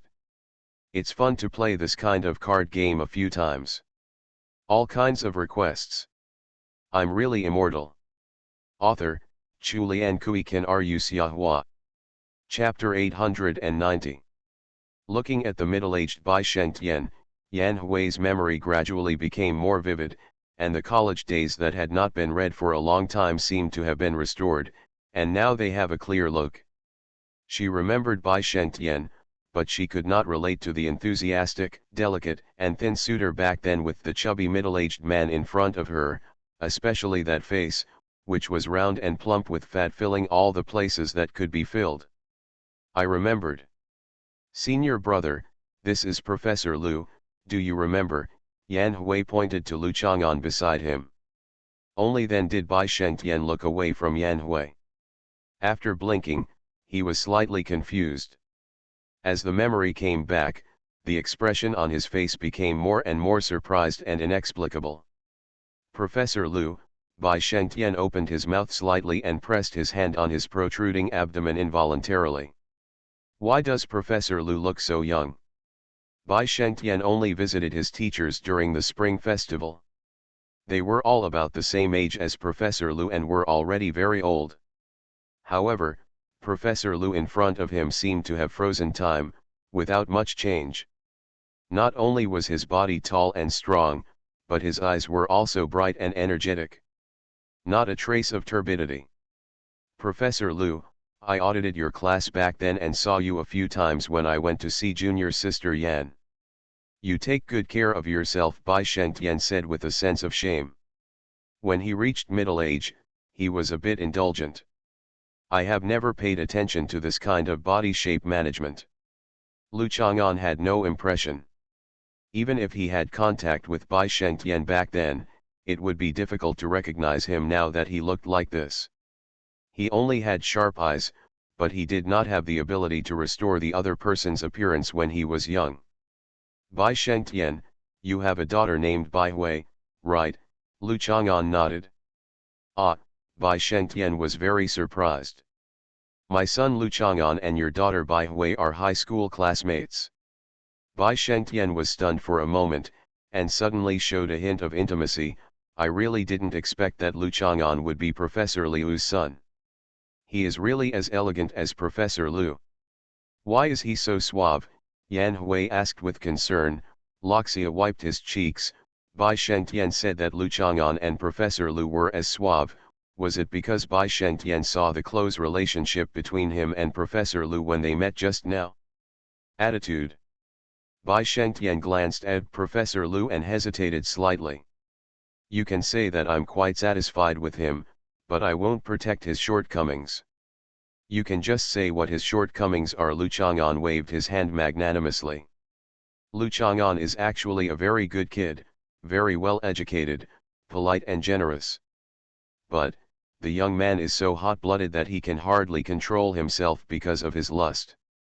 That night when he was playing cards at my house, he looked at Bai Hui for a while, and then for a while, look at Bai Hui's cousin. Sometimes Bai Hui leans against him, and he looks like he's enjoying himself.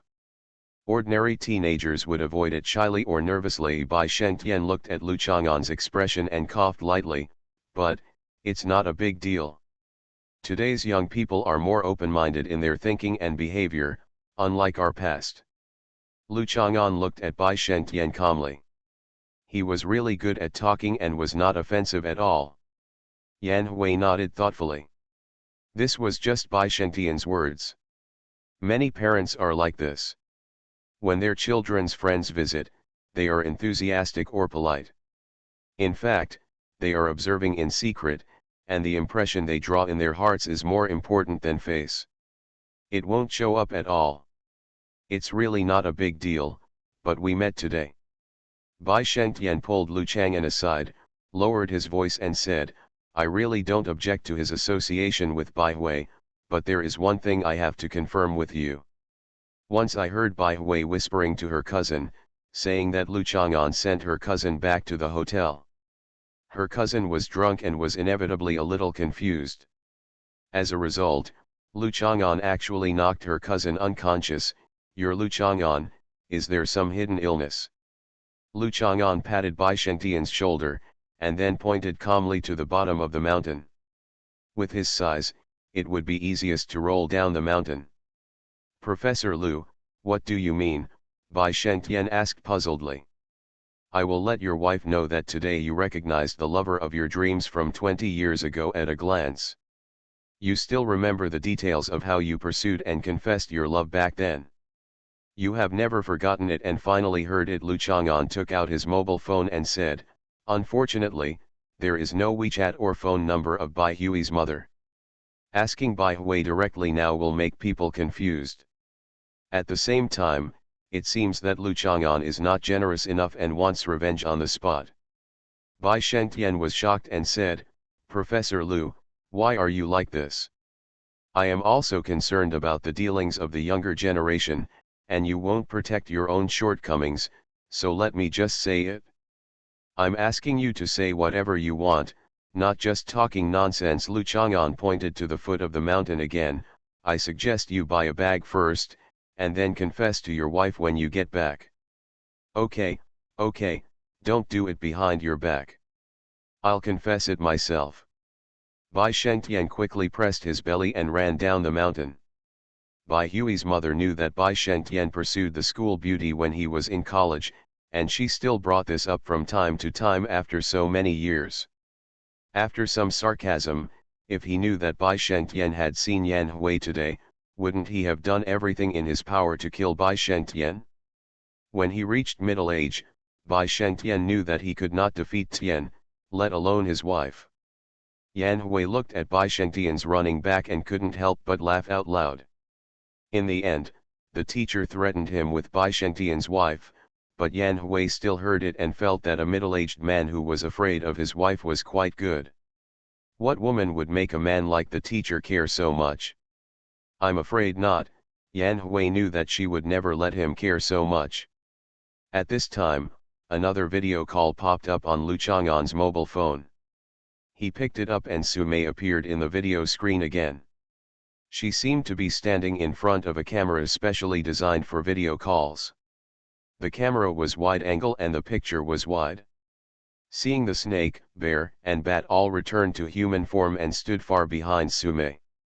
Xiaobai and Aurora were originally human forms that evolved from animal forms, but Mrs. Karnstein was the only one who acquired animal form. Who is she? Lu Chang'an did not deliberately let Yan Hui avoid it. At this time, the angle Lu Chang'an held the mobile phone allowed Su Mei to clearly see that Yan Hui was next to her. Yan Hui. Yan Hui, Su Mei frowned slightly, recalling that there were many people she held grudges against, and Yan Hui was just one of them. The impression was not very deep, but when Lu Chang'an mentioned his name, she immediately recalled that it was related to Yan Hui. A lot of information, just an experimental subject. Let's get down to business. Lu Chang'an reminded her that the two of them had reached many consensuses in Antarctica, including that Su Mei should no longer investigate the people and things that appeared around Lu Chang'an, otherwise Su Mei might have known about Yan Hui's arrival. Juncha. Su Mei glanced lightly at Yan Hui, who neither approached nor avoided the camera, and then said, "Just now, your snake swallowed up my mobile phone in one bite. Now I have changed the device." Yeah, Lu Chang'an didn't expect that she would still use a mobile phone in Antarctica. The signals there were independently built encrypted channels, and it might not be very convenient to use ordinary mobile phones for communication equipment. I checked the video data, and the last record was that Guan Yuan and Jin Xiaomei were taken to the air raid shelter in Lushan Valley, where the signal was interrupted. Su Mei knew that now was not the time to care about Yan Hui. Guan Yuan and Jin Xiaomei beauty is still useful to Su Mei. The air raid shelter in the Lushan Valley. Isn't it the underground base of Xiongnan University? Lu Chang'an did not expect that there were even air raid shelters in the Lushan Valley. He remembered that he and Qin Yinan had explored the Lushan Valley at night and met Ji and Pierre? Or Kir and Pai? Anyway, they were a pair of black and white brothers. Lu Chang'an didn't have a clay pot around him at that time, so he just rubbed them together and buried them under the maple leaves of Lushan Mountain in autumn. It was an extremely beautiful scene, and they must have been very satisfied with it. It seems that Su Mei's base in Juncha has not been completely exposed. Yes. But don't get me wrong. The air raid shelter in Lushan Valley is not my place. It may be occupied by another group of people now. I know nothing about the situation there, Su Mei said. Many facilities built during the era of national war preparations, the construction quality is to protect against nuclear weapons. It is naturally extremely strong, and the pursuit is a service life of 180 years, so it is normal for it to be regarded as a base. Forget it, Jin Xiaomei, you also attach great importance to Guan Yuan. Lu Chang'an frowned. He had a good impression of Guan Yuan, but he didn't think Guan Yuan had character or ability worthy of attention. It is really difficult to have a bad impression of a person who is willing to help Lu Chang'an dig a hole and then plant it himself. The corner of Su Mei's mouth raised slightly, and she tried to explain as casually as possible, Guan Yuan is a randomly created modified person, but he unexpectedly fits our potion and has a good activation effect. Currently, I put him in charge of some affairs in Brazil. When you after leaving Brazil, some industries were annexed before I had time to sell them, and I think they should be taken back even after so many years. It turns out that she arranged these things for Guan Yuan to go to Brazil. As expected, nature is hard to change. Su Mei has always had such a personality. She may not value those industries very much, but to her, she feels that they are hers. Even if she doesn't want it, others can't take it. But your reformer is a bit too weak, isn't it? I suggest that Guan Yuan is still suitable for making movies. Lu Chang'an actually knew what he was thinking. He suspected that the only ones who could take Guan Yuan away were those strange beasts in Juncha, and even Zhu Yan could not do it. It's not something Guan Yuan can deal with. Speaking of making movies, following Guan Yuan and Jin Xiaomei, there was also an anchor named Ma Benwei. He always thought that Guan Yuan's arrest was the result of the program arranged by Guan Yuan. He kept screaming from the side that everyone should wait for Brother Guan. I exerted my strength, but he was also caught by the way. The person who did it was a strange man, and I am investigating the information about him. Sumei did not have any more information in a short time. Is Ma Benwei also involved? This was something Lu Chang'an had not expected. However, Guan Yuan seemed to want to do live broadcasting at the beginning, so it was normal for him to get together with Ma Benwei. Ma Benwei is a bit obsessed with live broadcasting.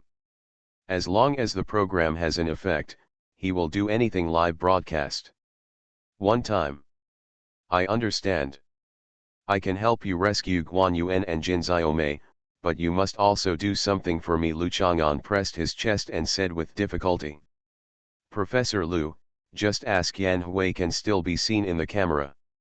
It seems that she is not paying attention to the conversation between Sumei and Lu Chang'an, but who knows. Sumei originally wanted to call him Young Master Ye, but only this title could make Sumei's tone naturally become charming.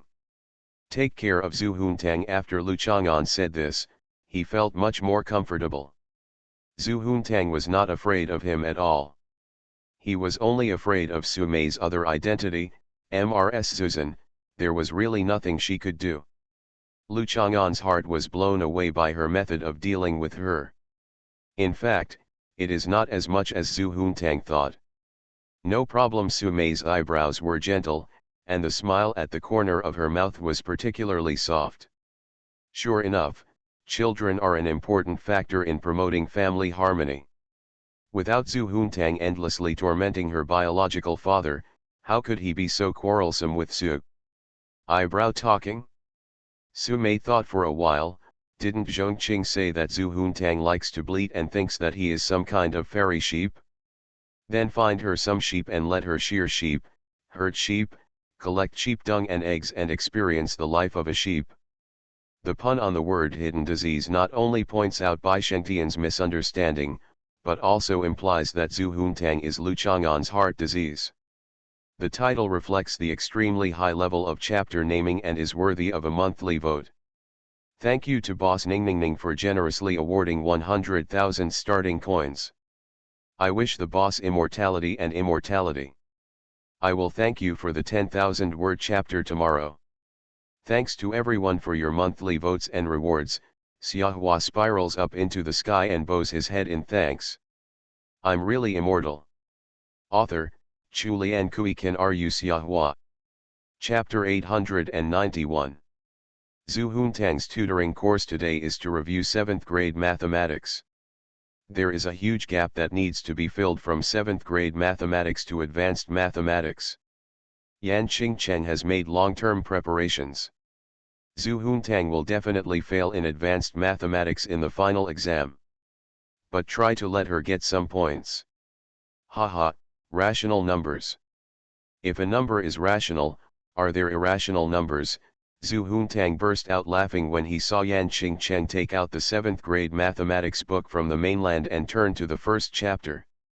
Yan Qingcheng had gotten used to Zhu Huntang's inexplicable smiles that simultaneously revealed his illiterate nature, and just looked at her expressionlessly.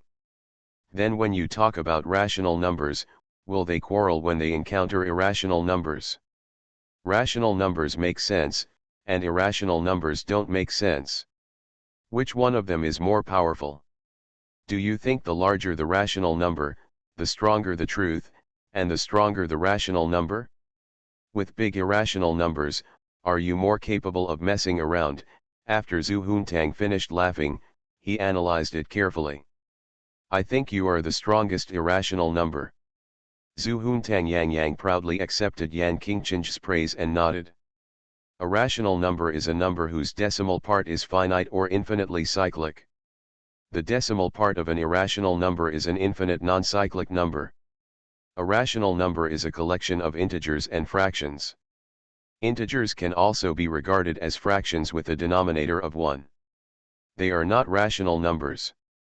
Real numbers are called irrational numbers, and the decimal part of an irrational number is an infinite non-cyclic number. Yan Qingcheng projected the chapter content on the big screen and explained it to Zhu Huntang. I understand. Next section. Zhu Huntang waved his hand. Then give an example. Find a rational number and an irrational number. Yan Qingcheng knew that she had to explain word by word and give examples at the same time. It would be strange if she understood.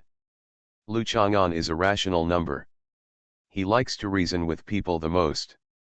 When he met me, he became an irrational number and was always unreasonable with me based on his own analysis. Zhu Huntang found examples by analogy.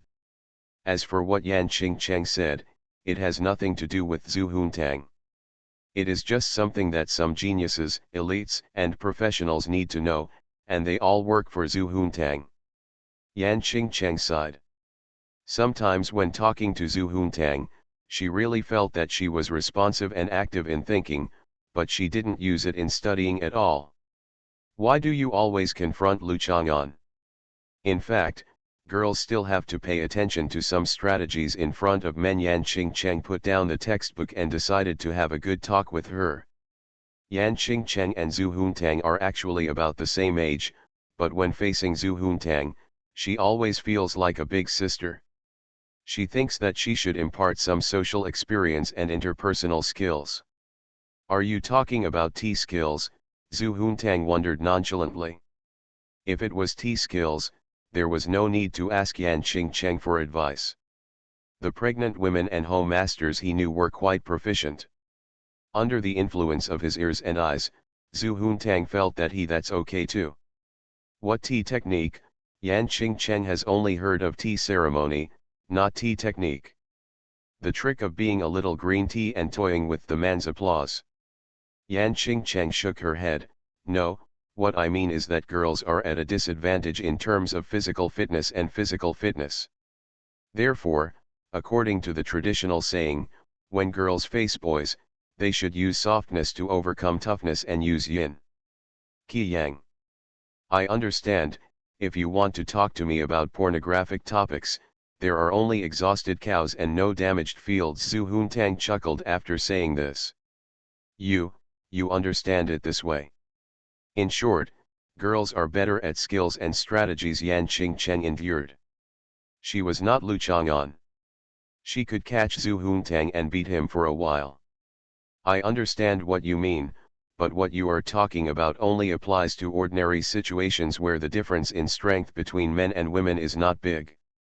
The problem between Lu Chang'an and I is that I only have soft power, while he has hard power, so I always fall behind.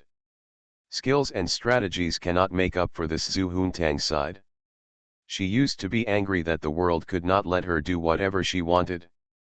She obviously had a fairy like herself who should have her dreams come true, but Lu Chang'an appeared to hinder her like this. The big devil who controls everything. What soft power, hard power? Yan Qingcheng didn't think wrongly. Soft power, for example, I have a lot of resources. I can spread rumors and cause trouble, slander Lu Chang'an, destroy his image, sow discord between him and his women, create unrest in his harem, and even when he is in a peaceful mood, there is no problem in sitting on his neck and dominating him. This is my soft power, but in fact it is a useless strength. Zhu Huntang finally sighed. Yan Qingcheng didn't understand why she still wanted to imitate the sheep's meowing, but he was somewhat interested in her topic. He flipped through the textbook and listened to Zhu Huntang continue to talk. Lu Chang'an's hard power is that he can ignore the things I do, because in fact, can what I do really overthrow his tyranny? It is just disgusting him.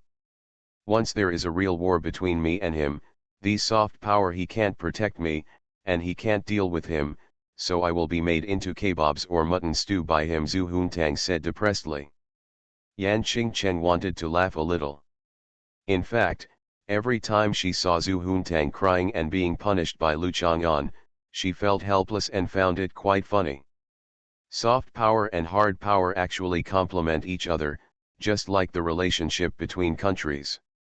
When it is not convenient to use hard power directly, soft power can achieve some goals, but this is based on hard power. When your strength is no longer enough, soft power is soft after all and cannot be hardened. When you use soft power to do anything, others are likely to use hard power to directly crush your hard work. Zhu Huntang finished. He stood up and said with some humor, just like people on the internet are angry, irritable, and even anxious about Europe and the United States controlling public opinion. In fact, there is no need, because it is just soft power. Without enough hard power, it is nothing. I will go take a look at the latest think tank report.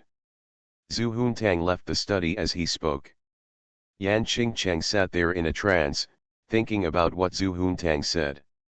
Yan Qingcheng was born in a rural area, and his knowledge in many aspects are certainly not as good as those of Zhu Huntang. Outside of daily study, Zhu Huntang often makes Yan Qingcheng feel refreshed. After a while, Yan Qingcheng looked at the empty desk and chair in front of her, and then she came to her senses. Zhu Huntang actually took the opportunity to skip class again. Yan Qingcheng took out her mobile phone and was about to call Zhu Huntang when she saw Zhong Qing walking back with Zhu Huntang, who seemed to be about to roll on the ground at any time. "Why are Assistant Zhong here?" Yan Qingcheng stood up and greeted Zhong Qing with a smile. She didn't have much contact with Zhong Qing. In the past, she only had to make sure with Zhong Qing when arranging classes that there would be no conflicts with Zhu Huntang's schedule. After the conflict, Secretary Jin was responsible.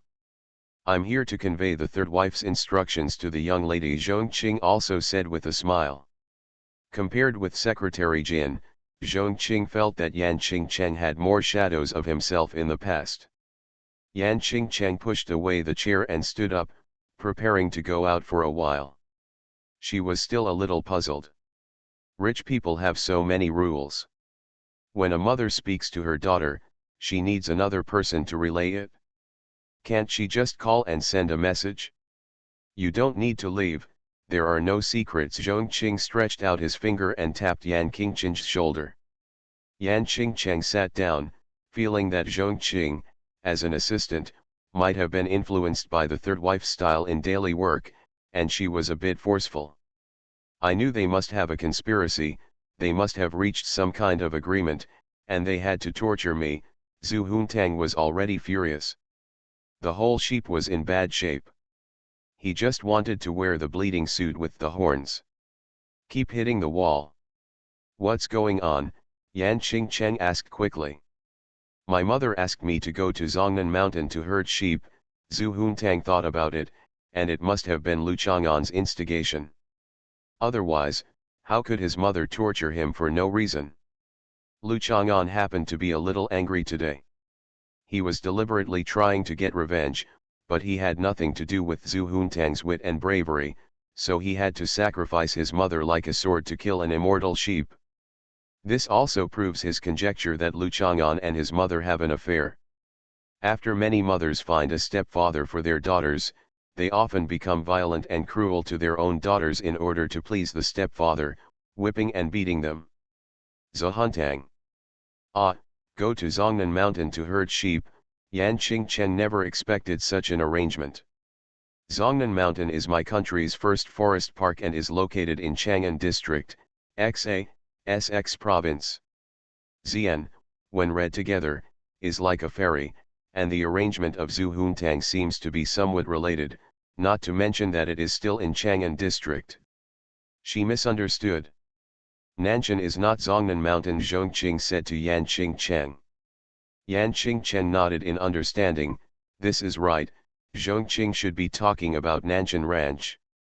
It is the largest modern ranch in the south and is also part of the Nanshan National Park. It is different from the flat prairie in the north. A prairie composed of high mountain terraces.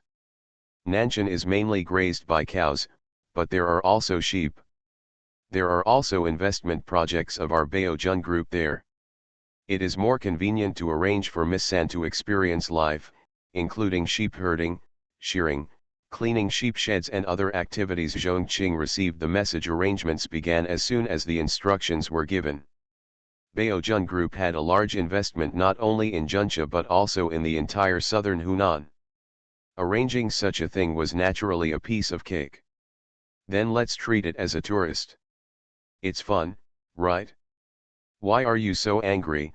Yan Qingcheng milked cows, but not herded sheep. However, there was a family in the village who raised sheep. which were given by the town's poverty alleviation project team. The sheep were used for breeding. As a result, the family raised the sheep for a while and then slaughtered the sheep and ate them. This is a conspiracy against my BBAA. They just can't stand how cute I am, and they want to take away the cute label from me, Zhu Huntang explained angrily. Do you know the idiom that Grandpa Ye is a dragon? Grandpa Ye likes to draw dragons, but when a real dragon comes, he is scared to death. I am the same, I like Maya, but after I am asked to herd sheep, I may lose this love and interest, and I will feel it's no longer fun to learn from me, and I don't even love my most beloved Mamie battle suit anymore. Ye Gong is very fond of dragons. This Gong is an honorific title, not a word synonymous with Grandpa. Yan Qingcheng understood, but as Zhu Huntang's tutor, he also wanted to habitually correct Zhu Huntang's idioms that he used indiscriminately. In some places in southern Hunan, father-in-law is not only used as a title for the daughter-in-law to refer to her husband and father, but is also synonymous with grandpa. Qingcheng, what the third lady means is that I hope you take a few days off, accompany the third lady, and give her a few classes every day. The remuneration is calculated based on 12 class hours a day, and all expenses such as food, accommodation, transportation, etc. are included. Zhongqing was actually a little worried and wanted to accompany him in person, but he was too busy recently and Secretary Jin didn't know what he was doing. The third wife said that Secretary Jin might not be able to accompany him for the time being and asked Zhongqing to arrange for others. It is necessary to recruit other people from the Secretariat, as well as accompanying bodyguards. It is also necessary to accompany people like Yan Qingcheng as friends, otherwise Zhu Huntang might really turn into a beast and turn into a sheep when he is lonely. It's not impossible to hide it among the sheep and not be able to find it, right? Do you want me to die? Zhu Huntang was stunned for a moment, shouted, and then sat on the ground hugging the table leg, feeling aggrieved. Just for fun, I promise to only give you lessons when you are in a good mood. Yan Qingcheng comforted her. She had no choice but to go. Fortunately, with her grades, it would not be a problem to delay her classes for a few days. I understand why Zhongqing never seems to have any personal rest time and is always on call. Giving too much is actually trying to buy all your time. By way, let's go too. She happens to have an outdoor MV to shoot recently. I asked her if Nanshan is suitable. Zhongqing thought about it. The third wife's original intention was to punish Zhu Huntang for his wanton behavior, which completely pissed off Lu Chang'an. But in fact Zhongqing still loves Zhu Huntang very much. It is not what Zhu Huntang thought. Zhongqing's tender body has completely surrendered to Lu Chang'an's tiger body. Who made Lu Chang'an hit her on the neck with his palm that day? Zhongqing is still worried about this. Who told him to take a photo of her pajamas and not follow up on it? Who asked me to throw myself into his arms that day and let him teach me the art of fangzhong, but he didn't teach me. Of course, Zhongqing would not be able to surrender softly, so it is natural for him to take a side with Zhu Huntang on these trivial matters. The king of hell is easy to meet, but the devil is difficult to deal with. Zhongqing is the kind of beautiful and bright girl with a small heart. Accompanied by Yan Qingcheng and Bai Hui, Zhu Huntang reluctantly sniffed and took out his phone.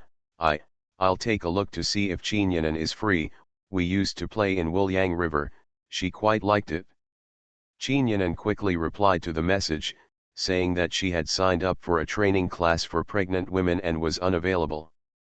This stupid bitch, Zhu Huntang threw away the phone bitterly, waiting for your Lu Qianqian to be born.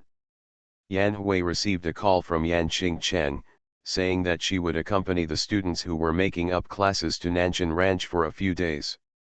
Yan Hui quickly told her not to worry about herself and have fun. The tourists on Lushan Mountain began to go down the mountain. Lu Chang'an accompanied Yan Hui and walked among the crowd to Iwan Pavilion. The Iwan Pavilion at night is more illuminated than during the day. It is a simple pavilion.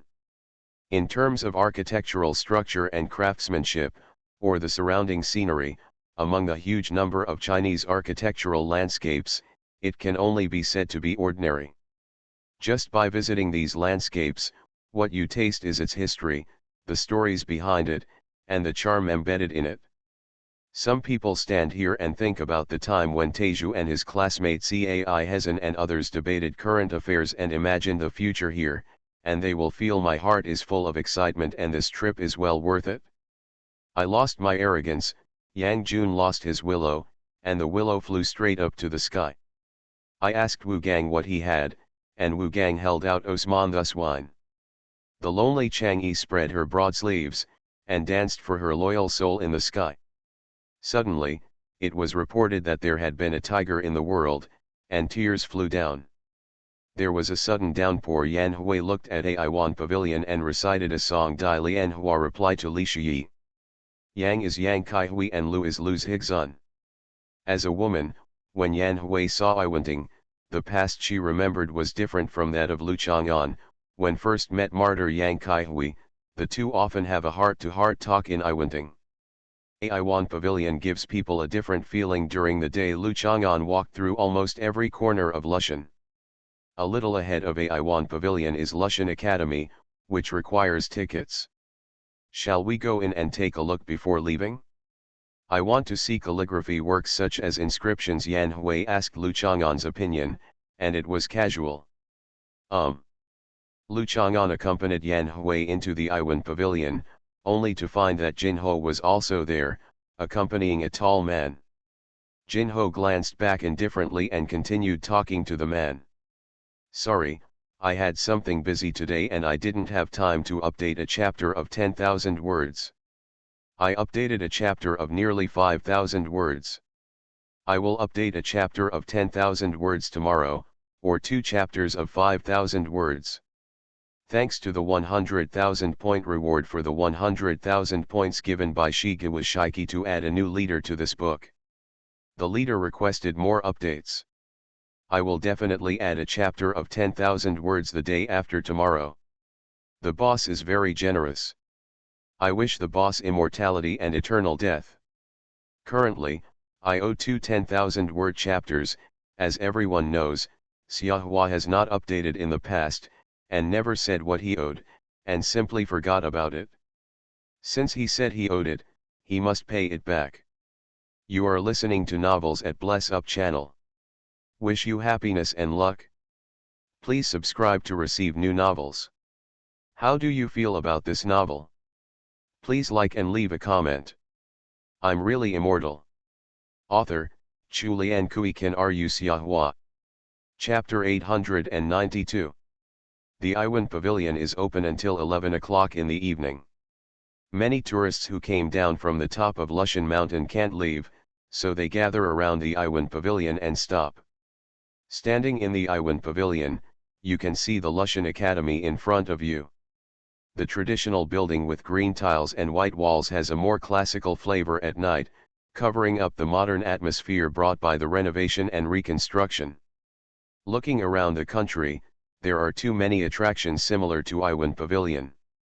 Without some knowledge of history and culture, it will be boring to visit. Just like many novels nowadays that incorporate internet memes, some readers who usually have no contact with the vast social media are completely confused and have to ask other readers for help about what the author wrote.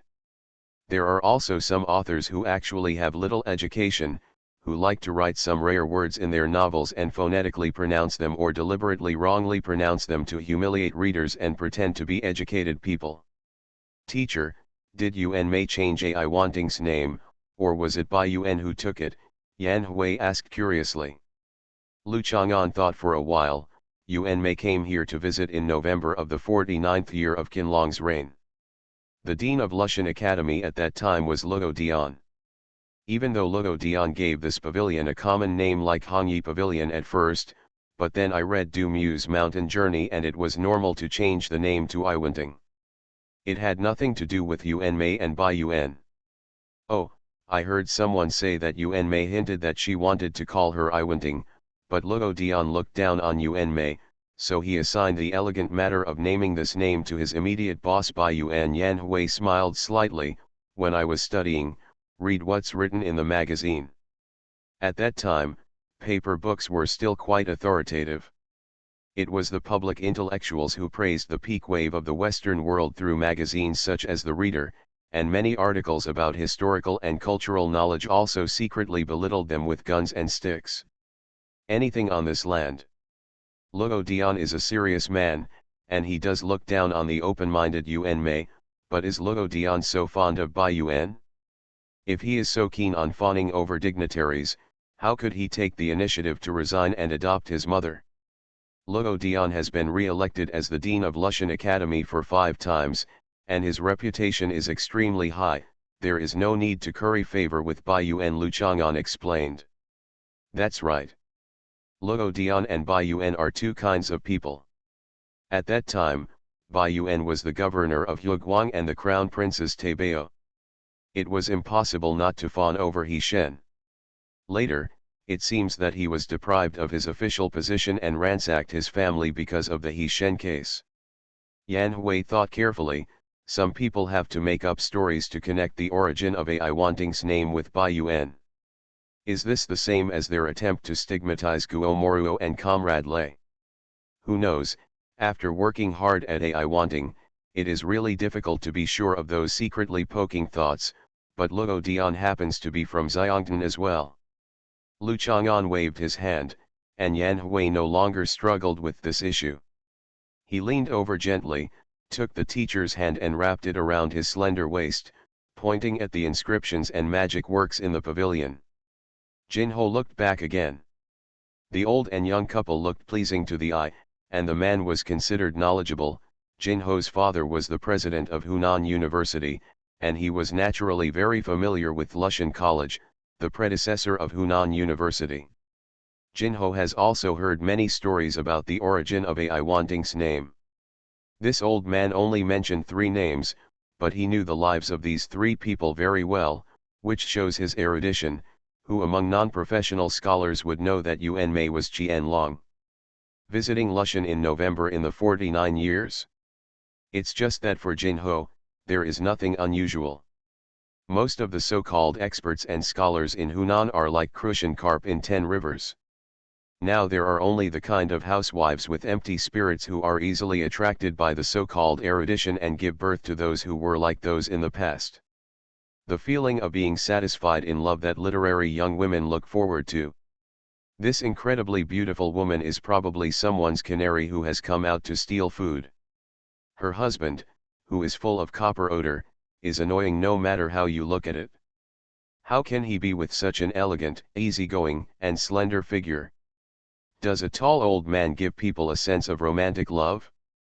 This woman also mostly looks at Qian Yao and Zhang Ailing. He. There is no need to arrange the evening activities.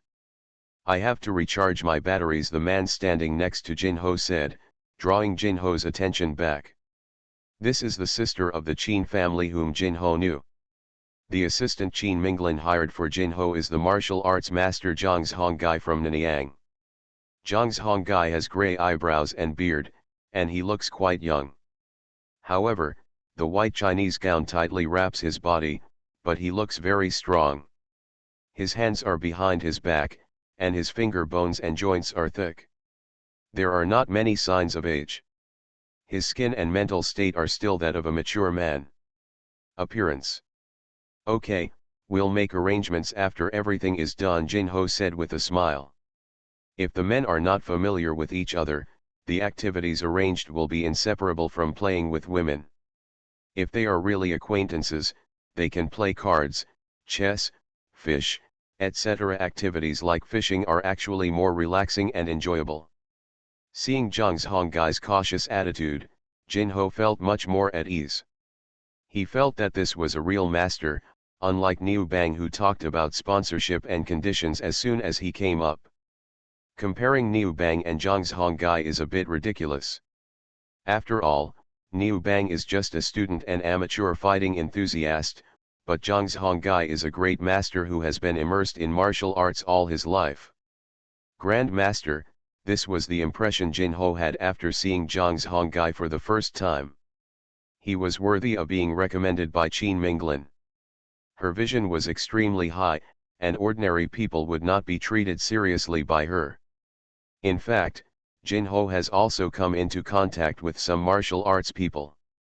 The feeling given to Jinho by these martial arts people is similar to the people he saw in the literary and art circles. Niu Bang can sweep a large area. Zhang's Hongai is completely different. His whole person exudes the feeling of being as heavy as a mountain, and his every move is like a dragon walking like a tiger, giving people an extraordinary impression. With Zhang's Hongai around, Jinho's feeling of fear towards Lu Chang'an was diluted a lot. In contrast, Lu Chang'an was a bit careless. That Lu Chang'an is not simple. Zhang's Hongai held a fragment of earthenware in his hand and rubbed it with his fingers, and the fragment of earthenware gradually shattered into slag. After Jinho and Zhang's Hongai met today, Zhang's Hongai did not underestimate the enemy. After listening to Jinho's description, he asked Jinho to order a piece of Buddha jumping over the wall abalone rice again, and brought the takeout clay pot to test the hardness. If I were still in Nanyang 5 years ago, I'm afraid I wouldn't have much confidence. Zhang's Hongai crushed all the pottery fragments into crumbs and chuckled with some emotion. Qin Minglin said that Zhang's Hongai came from the overseas sect of Tiandaemen, which was actually not wrong, but now there are no overseas sects in Tiandaemen. 5 years ago, as an overseas sect, Zhang's Hongai and others came to the mainland from Nanyang and challenged the direct descendants of the Tiandao sect in Zhonghai. In the end, they gave up due to reasons other than martial arts. However, Zhang's Hongai obtained the direct descendants of the Tiandao sect by chance. Unintentional guidance, breakthrough on the spot. Now in the past 5 years, Zhang's Hongai and others have kept their promise.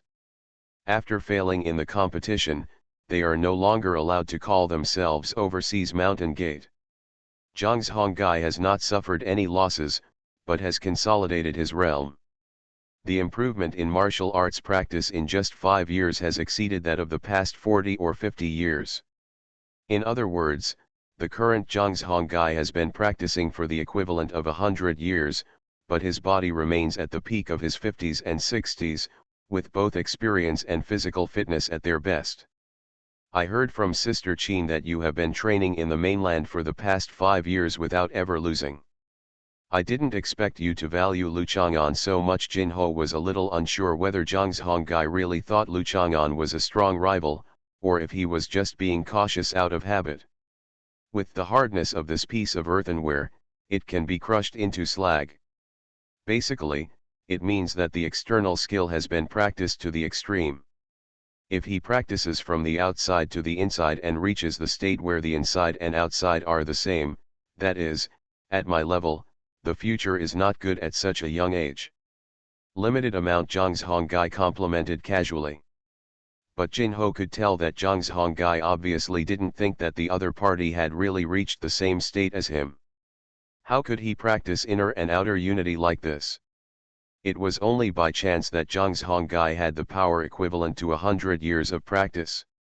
This man named Lu Chang'an, even if his power could be doubled, it would only take about 40 years. Let's put it this way, how far do you plan to deal with him? I owe Miss Jean a favor and I must repay it. As long as I don't let you kill people, it's not difficult to destroy all his skills, Zhang's Hongai said lightly. Compared to 4 years ago, killing people on the mainland is now more troublesome. It's not that he doesn't dare, he just doesn't want to be targeted by the state's violence agencies. Then he will have no choice but to flee the country. He owes Qin Minglin a favor, but not like this. A big favor?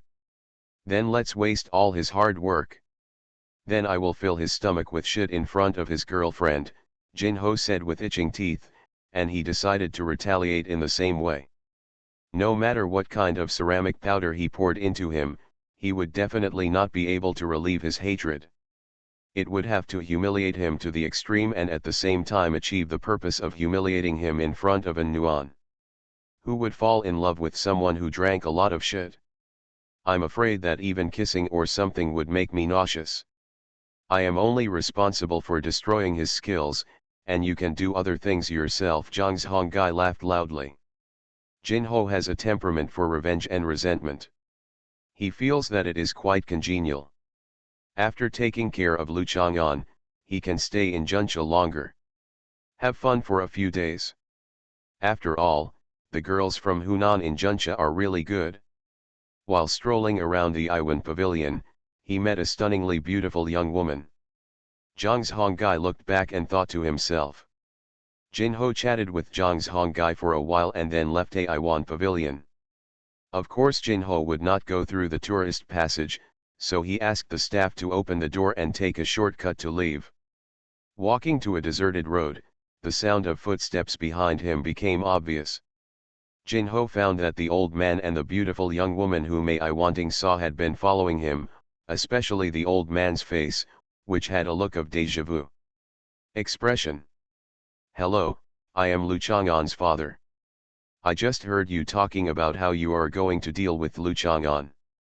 I wonder if it is the one in my family." After Lu Chang'an finished speaking, he felt a little moved in his heart.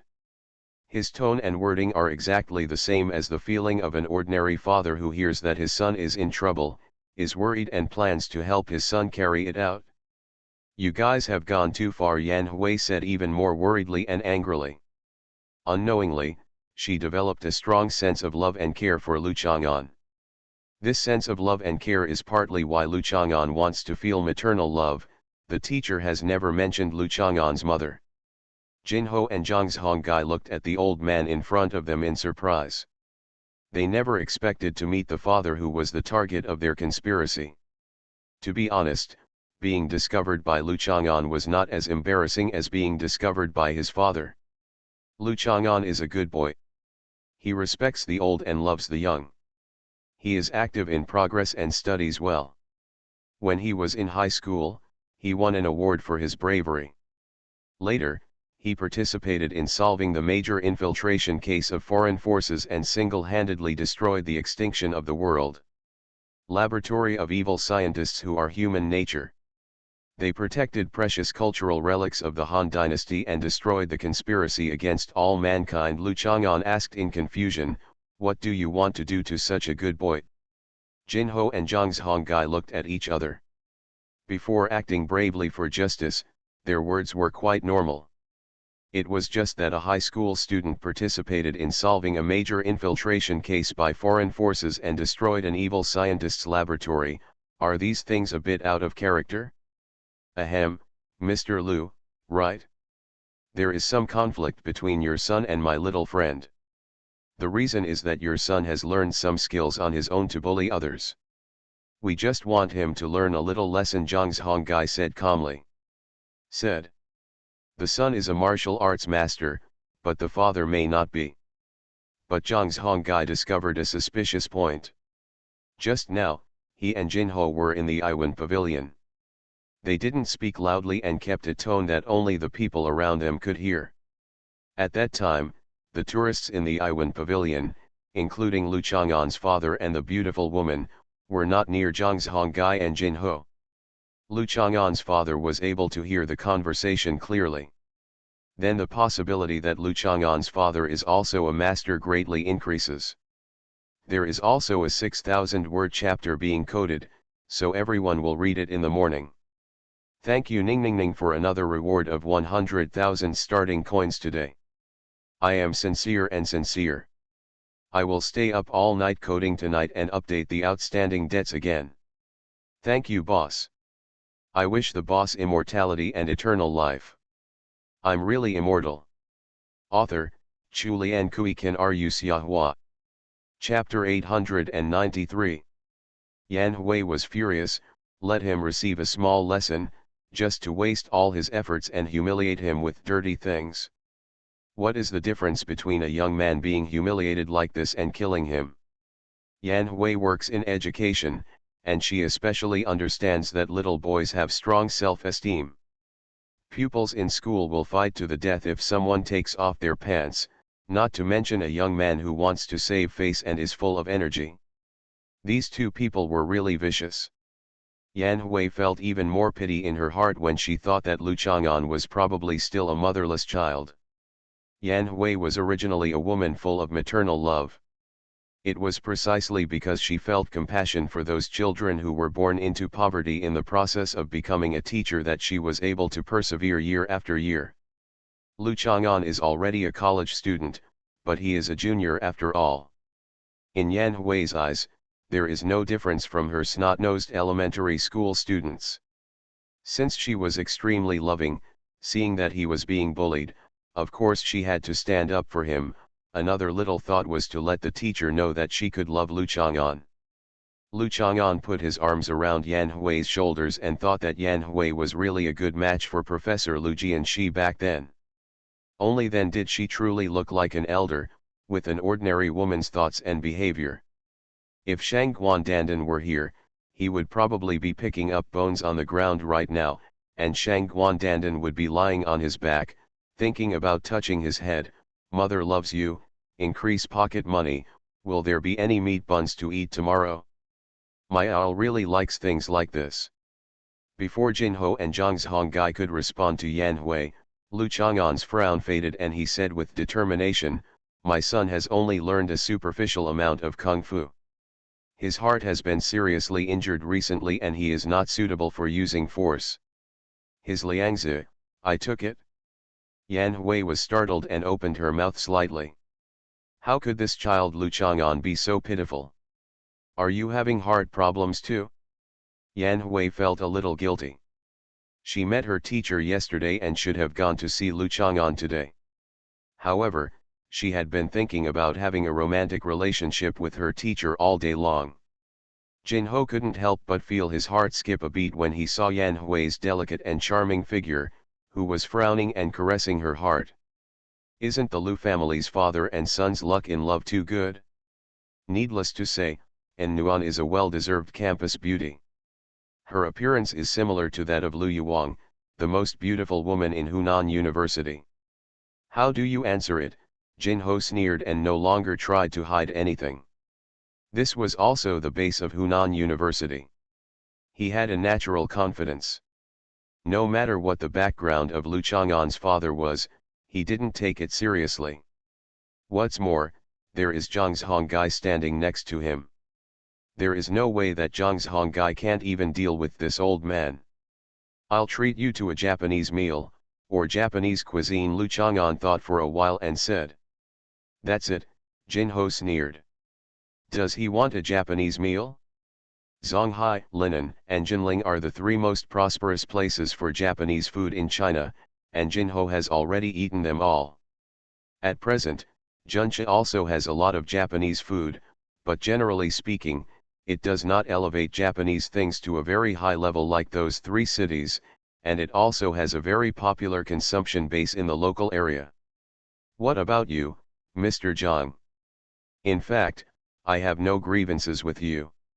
You are entrusted by someone to come and destroy my son. How can I, the father, just sit back and watch? I have a clay pot at home, just in time to invite you to the urn, Lu Chang'an said after finishing. He hesitated slightly and frowned. You treat him to Japanese food, and treat me to a clay pot. Zhang Zhonggai was a little confused about the other party's thinking, and couldn't help but sneer. The urn is not a pot, they are two kinds of objects. Mainland China is a little bit shy about traditional things. There are so many. Lu Chang'an sighed. I frowned just now because I thought that my statement would give you such an opportunity to take advantage of. When I said that I would like to invite you to enter the urn, it was a pun. It did not mean that the urn is the same as a clay pot. We generally call the jar with a large diameter, plump belly, and deep bottom. The middle belly is round and large, with small mouths on both sides. The one with a mouth slightly larger than the bottom is an urn. The one I have at home is a jar, because there are always children and little old ladies running around. The tank is less likely to be knocked over. Yan Hui thought that she really didn't pay attention to this, so she changed the jar of pickles placed in the school into a clay pot when she returned. After all, the lively little guys in the school had indeed knocked over Yan Hui's pickled vegetables. Urn many times. As expected of Lu Chang'an's father, he talks nonsense all the same. I have no interest in Japanese food. After Jinho finished speaking, he glanced at Zhang Hongai and signaled to leave. Zhang Hongai took a look at Yan Hui, and then followed Jinho and left together. Lu Chang'an looked at their leaving figures, picked a strand of hair and shot it over, landing on Jinho's head. "Teacher, they seem to be looking for trouble with Lu Chang'an," Yan Hui said worriedly. "That Jinho is Jin Gong's son. Do you remember Jin Gong? Back then, he took the initiative to help Professor Lu, and it was Jin Gong who hindered me in the selection of academicians at that time. The Academy of Engineering had just been established. The selection and the preparation of related departments involve a large number of people. If Lu Yeheng wants to squeeze Lu Chang'an's name, it is not something he can do alone. Naturally, he also has some fans to help him." "It's really disgusting." Yan Hui grabbed the teacher's arm and said angrily, "A dragon begets a dragon, a phoenix begets a phoenix. The son of a mouse can dig holes, so he's the same breed. This dragon gives birth to a dragon, but that's not necessarily the case." Lu Chang'an pressed his chest and coughed lightly. The feeling of the explosion in his chest was still fresh in his memory, as if it could still make him feel a faint pain. Fortunately, Su Mei had already treated. Zhu Juntang took action, which made Lu Chang'an feel a lot more relieved. "Little Yezi, I'll take you back to the guest house first and tidy up. You'll stay with my relative for the next few days and let her take care of you." Lu Chang'an knew that the conditions of the school's guest house were very average and any loud noises could be heard by the neighbors. Very inconvenient. The most important thing is that Zhang Hongai looked back at Yan Hui just now, which made Lu Chang'an a little worried. He still had something to do before he could deal with Zhang Hongai. "Okay." Yan Hui obeyed the arrangement. Her body was adjusted by the teacher, but the effect still needed to be consolidated. A soft blush appeared on the fair and delicate cheeks of the beautiful woman. Then, "Will you come over tonight? The window is open." "Oh, I see. Don't get it wrong." Lu Chang'an called Qin Yinan. When he and Yan Hui walked to the entrance of Lushan Drive, Qin Yinan happened to drive to the foot of the mountain. "I only have one car with only 2 seats. I borrowed the hotel's battery car." Qin Yinan patted the steering wheel of the battery car. Qin Yinan is not as luxurious as Zhu Huntang. Zhu Huntang's choice of car mainly depends on her outfit combination, mood, and schedule to attend the occasion. Qin Yinan drives her champagne-colored Bentley at all times, which is much simpler and more low-key than Zhu Huntang. Qin Yinan's car only carried Zhu Huntang, Zhou Dongdong, Shang Guandandan, and Lu Chang'an. She and Yan Hui didn't know each other at all. The main reason was that she didn't want Yan Hui to ride in her car and then let Lu Chang'an run behind the car. "Oh, no, he won't run away, he will only walk up slowly, in a leisurely and free mood, regardless of the emotions in his sister's heart when she is carrying his old lover." Qin Yinan can actually accept and understand that in her brother's long life, there must be countless women of this kind. Whether it is Su Mei or Yan Hui, it makes no difference to Qin Yinan. In short, don't suddenly come out and shout, just the little foxy brother will do. "Hello, I'm sorry," Yan Hui said to Qin Yinan. "It's okay. It's my honor to serve Mr. Lu and help him." Qin Yinan then looked at Yan Hui. Objectively speaking, this woman's appearance, posture, and the expression between her eyebrows are not objectionable. Especially her pitiful temperament and careful and soft eyebrows make it even harder for people to speak harshly to her. In short, the impression is much more pleasing to the eye than Su Mei. Qin Yinan feels that even if Yesijin and Su Mei don't have any grudges, their appearance is the same. "Old Master Lu," Yan Hui turned to look at Lu Chang'an with a smile on her lips. Sometimes the teacher's behavior did look like that of an old feudal landowner. "Yes, I am his maid," Qin Yinan snorted. "She is my sister," Lu Chang'an corrected, clarifying Qin Yinan's identity.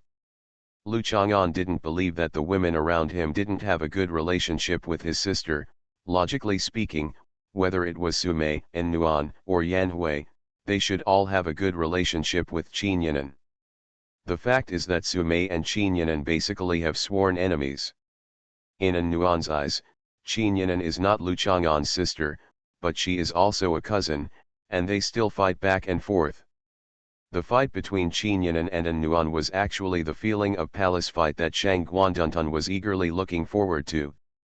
However, due to various reasons, Shang Guanduntan had not had time to participate and provide guidance, which made Lu Chang'an worry a lot. Yan Hui was surprised in her heart. The smile on her face remained unchanged, and she silently looked at Qinyanan's back. This is the first time Yan Hui has seen a figure like Qinyanan's that is extremely eye-catching to men. There are also big wet nurses in the village who can feed a dozen children, and there are even women with butts bigger than cows, but will that kind of figure be extremely attractive to men? Qinyanan's figure may seem exaggerated, but it is within the standard of normal human aesthetic acceptance. Especially her slender legs, in Yan Hui's opinion, are more attractive than Professor Liu's. Everyone has their own preferences for radish and cabbage, and some people think Professor Liu's is more beautiful, but Yan Hui always feels that women should be more physically fit. Yan Hui herself used to be too thin and prone to illness, so she envied Qinyanan. Plant a body that looks plump and healthy at first glance. But what really surprised Yan Hui was not Qinyanan's figure, but Qinyanan's youthful and beautiful face.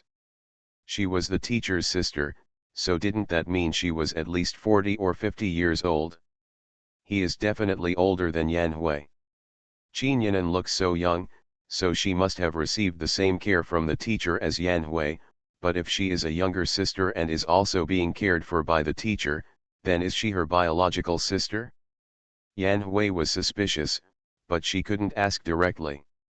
She thought she knew nothing about Qinyanan, but Qinyanan should know that the relationship between her and the teacher was a bit ambiguous and close.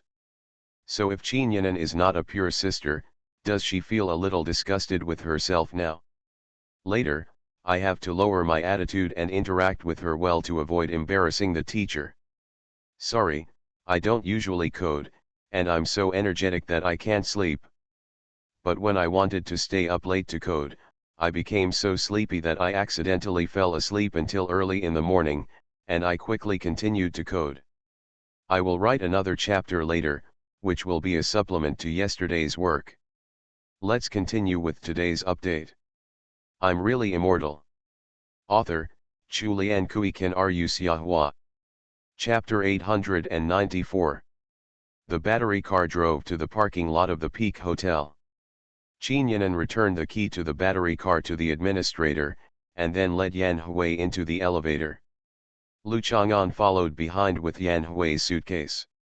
If he guessed correctly, Yan Hui's suitcase, which had a sense of age, should still be the suitcase she used when she was in college. Yan Hui cherishes it very much. Except for some dents on the wheels and the anti-collision aluminum strip on the lower right corner, and the fading feeling caused by time, the suitcase is quite well preserved. This is a box that has been used for more than 20 years, from the time she entered school to graduation, and to today. Lu Chang'an also has a rattan bookcase that he has kept for many years. After getting it back from Boss Lan, he kept it in the utility room downstairs. Now, of course, Shang Guandandan took it as her own. She took out all his things and put them in her coffin, and then filled the vine bookcase with effervescent tablets. Lu Chang'an suspected that Shang Guandandan's bronze coffin had the ability to enter some other dimensional space, or that it had a storage space function similar to that in Xiangxia novels, but he had never been able to confirm it. Her surname is Qinyanan. Now she works as a counselor at Hunan University. She is responsible for Lu Chang'an and Yan Qingqing's classes. Lu Chang'an introduced Qinyanan's current identity to Yan Hui. As for whether she is still Yesijin, she is actually over 100 years old. Now she has a gestational sac in her belly, making her a strange pregnant woman. There is no need to say this. Thinking of this, Lu Chang'an frowned. People are indeed easily influenced creatures, and they can easily be influenced to accept some confusing concepts. For example, Lu Chang'an did not think Qin Yanan was pregnant before, but after her series of operations, actually, when I think of her, I subconsciously associate her with the word pregnant woman. Thinking about the people around him such as Shang Guandandan, Zhou Dongdong, Zhou Shuling, Bai Wei, and Zhu Huntang, Lu Chang'an was slightly worried. If he continued to engage in scientific research in this life, would he not be able to reach the height of Professor Lu Jianxi? It's scary to think about it. Teacher Qin, I have to worry about Yan Qingqing's future study and life in school. Yan Hui is a teacher herself, but as a parent, like other parents, she can't help but feel in front of the counselor who is responsible for her children. Show some flattering and enthusiastic gestures. Within the scope of responsibility, everyone is an acquaintance, so you're welcome. Qing Cheng is very active and outstanding in his studies and work as a class leader. Even if I don't say hello, Qing Cheng will be given priority in various selections. Qin Yanan told the truth. She felt that Yan Hui was still very measured. Yan Hui only mentioned Yan Qingcheng alone. If he said, Yan Qingcheng and Lu Chang'an, please worry about it in the future, Qin Yanan would hold a grudge. Lu Chang'an's matter needs to be, are you here to ask my sister to be a counselor? If it was someone like An Nuan, he would probably say this, and then Qin Yanan would immediately fight her. Coming out of the elevator, Lu Chang'an carried his suitcase, while Qin Yanan arranged for Yan Hui to move into the guest room. The room is really big. There are mountains and forests outside the window. It feels so peaceful. Yan Hui praised politely and glanced at Lu Chang'an. This glance fell in Qin Yanan's eyes. When a woman was describing a large and quiet room, she suddenly glanced at a man. What did this mean? Probably because the room I stayed in before was not big and quiet enough. Most people do pay attention to this when it comes to accommodation requirements, but when a woman pays attention to this, she notices the reaction of men. It is probably because they are not suitable for doing certain things in the original room. Or maybe it's because of the conditions of the room that I didn't have enough fun. So now you feel that the room is in good condition, so you have such a charming look, right? Qin Yanan knew this very well. Zhu Huntang said yesterday that Lu Chang'an planned to use Lu Jianxi's identity to soothe the empty and lonely mind and body of young woman Zhu Kuang.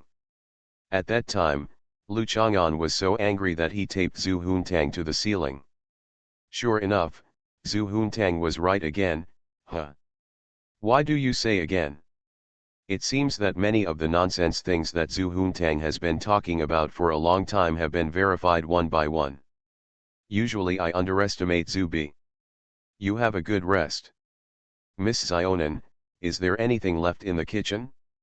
Eat more at night, when your body needs nutrition. After Lu Chang'an finished speaking, he left.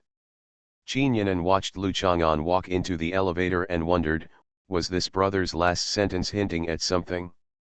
Could it be that Yan Hui also has a baby in her belly? No, Qin Yanan quickly shook his head. He could not acquiesce that the child would be like Zhu Huntang after birth.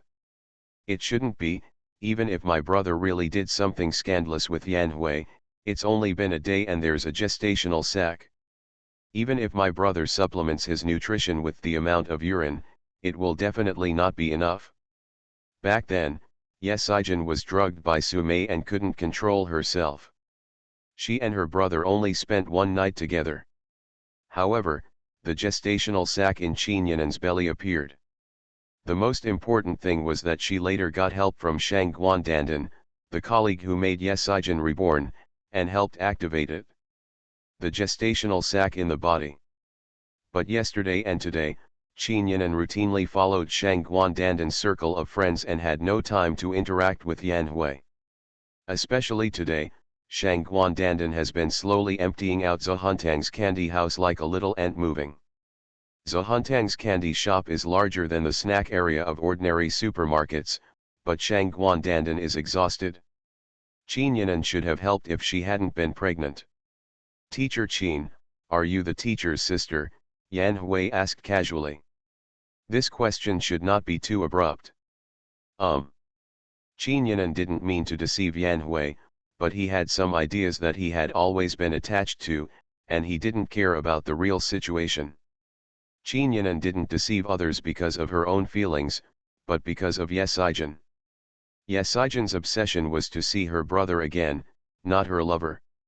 Then I'll call you sister, Qin Yan Hui is sure.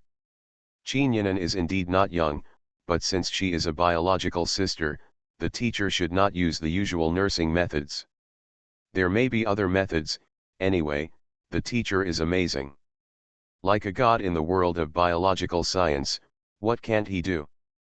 Qin Yinan hesitated for a moment, then nodded.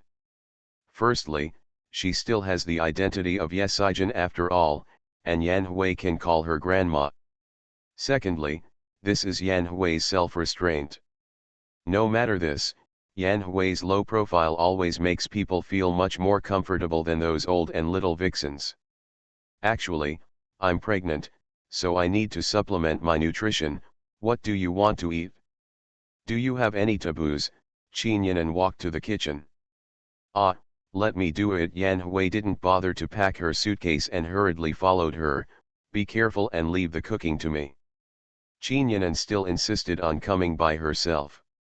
After all, there was no reason to let the guests take action after the first meal. Her phone rang several times. After clicking it and looking at it, Zhu Huntang started to call Qin Yinan a ruthless bitch under Lu Chang'an's command. Qin Yinan wished her no need to wipe paper while eating grass and defecating in Qingqing grassland. As Lu Chang'an went down the mountain, he sent a message to Li Hongfang, asking her to bring a clay pot and wait for her at the designated place. He arrived before Li Hongfang, so he bought a portion of lard mixed noodles from the nearby noodle shop, and then went to the supermarket to buy a large bottle of yogurt, both of which were paid in cash. The aroma of lard powder is not pure, and it does not have the charming aroma of good lard mixed with chopped green onions, but it doesn't matter if you don't eat it by yourself anyway. Li Hongfang didn't keep Lu Chang'an waiting. She just took some time to get the clay pot, parked the car and walked to the designated place. It's me. Lu Chang'an had no intention of teasing her. Li Hongfang had never seen him like this before. Li Hongfang turned her head, glanced at him indifferently, and sneered, "Old man, you have an appointment. Put on your reading glasses to see clearly. Am I someone you can date?" As expected of a man who dug up ancestral graves, his words are full of quality. "I'm Lu Chang'an, I'm in disguise," Lu Chang'an said angrily. Li Hongfang was stunned for a moment, and suddenly became excited. This tone and look seemed to be the way the sect master was reprimanding him. He felt that the possibility of being deceived was unlikely, so he immediately tried in a soft tone, "Then tell me that the sect master and I are together. What is the most impressive thing in the Eastern Han Dynasty tomb? Remove the nail plate on your butt to make it look like a heart." Lu Chang'an cooperated impatiently to prevent her from nagging again. For someone like Li Hongfang, if you don't dispel her doubts, she can make up the plot of a novella in her mind in 3 minutes. "Ah, it's really the sect master. Your disguise skills are so powerful," Li Hongfang praised sweetly. She originally thought that the most impressive thing in the Eastern Han Dynasty tomb was the discovery of the living dead, but the sect master, he actually said it was her heart-shaped S. Almost wanting to impress him again now, Li Hongfang twisted her waist and suddenly felt that she had strong capital. "Well, you also need to change your appearance." Lu Chang'an walked to Li Hongfang's car. "Master, what are we going to do tonight?" Li Hongfang said excitedly. Being able to go through life and death with the sect leader, the most important thing is to be able to come back alive. This experience makes Li Hongfang look forward to every action. From the moment she stands next to him, Li Hongfang will feel a sense of physical pleasure. "Since you know it's an action, what are you wearing?" Lu Chang'an saw that Li Hongfang was actually wearing a short cheongsam. The hem of the short cheongsam just barely covered the buttocks, and there were actually 2 10-centimeter slits in the front, which just revealed the suspenders on the black stockings. Lu Chang'an only saw a few people dancing up on the website where Bai Hui dances. "The Lord wears it this way." especially those high-heeled shoes, which are probably 10 centimeters high. The heels are not pointed, but they still look like walking on stilts. I wear safety pants underneath, and I found that the armor can be partially used as a corset to protect the upper body. It not only shows off the figure, is easy to match with clothes, but also has protective capabilities. Li Hongfang pulled the triangular collar on his chest and showed Lu Chang'an her the battle armor corset inside. Lu Chang'an didn't bother to care about her anymore. Her idea was right. It was enough to protect her upper body. It would not be easy to die if her arms and legs were slightly injured. Yesterday's update of 10,000 words is finished, let's start today's update. The remaining two bosses, Goiwu 17 Swastika Leader and Ningning, will each be rewarded with 100,000 starting coins. You are listening to Novels at Bless Up channel. Wish you happiness and luck. Please subscribe to receive new novels. How do you feel about this novel? Please like and leave a comment. I'm really immortal. Author, Chulian Kui Kan Ru Xiahua. Chapter 895. Judging from the current dense distribution of cameras, it is very difficult for even Lu Chang'an to avoid all surveillance in a way that ordinary people can understand. What's more, there are also situations where there are hundreds of dense and sparse situations, which requires a lot of effort. In addition to the conventionally distributed cameras that can be seen with the naked eye, some cameras are deployed in locations that are simply unimaginable. Vehicles flowing on the street are actually cameras. Many cases are solved because the vehicle-mounted cameras provide clues and evidence. It's just that even if Professor Lu Jianxi kills people in the street, that's Professor Lu Jianxi's business. Don't be too careful. Even if Professor Lu Jianxi is wanted, he can still show up. After all, he can disappear at any time, but Li Hongfang still has to help her change her appearance. After all, she is so easy to use, and if she becomes a wanted criminal and it is difficult to show her face, then the gain outweighs the loss. She also wants to help Zhou Shuling open a rice noodle shop. If the Red Soup Spicy Rooster Noodle Shop Hexy Noodle Shop opens on the first day and the store manager is found to be involved in a criminal case, it will be bad and it will affect the business. Lu Chang'an especially didn't want to see Zhou Shuling's frightened expression. It turns out I opened a shop with a murderer, but luckily she didn't kill my Dong Dong Dan Dan and Chang'an. Li Hongfang drove a modified car over. The roof was almost 2 meters high. There was no lifting function for the chassis. Children like Zhou Dongdong couldn't climb into the car. In this regard, it was not as good as Zhu Huntang's Kuralin. Be considerate of passengers. The exterior of the car looks like a hardcore off-road vehicle, but the doors have been modified into the double-door style of a luxury saloon car, and the interior of the car is also completely in the style of a luxury car. This modified car is definitely expensive. In the opinion of many people, it is better to just buy a Rolls-Royce Cullinan. But in fact, if the Cullinan is not modified with many luxury kits, the price of the original car may be far higher. Not as good as this one. Lu Chang'an was not familiar with the brand of the modified car factory, but he just thought that this guy might be very powerful. Men all hope that they have the waist strength and explosive power of such a powerful engine. So when they choose this kind of car, they often have the illusion that their waist strength is so strong. The car stopped under a tall sycamore tree. Li Hongfang said that she found that the owner of the door was often under the sycamore tree, so she also fell in love with the sycamore tree. She felt that staying under the sycamore tree gave her a bit of the owner's demeanor, which made her feel extremely majestic and stylish. Sitting in the back compartment of the car, Lu Chang'an discovered that Li Hongfang had tied the clay pot tightly to the passenger seat with a seat belt and rope.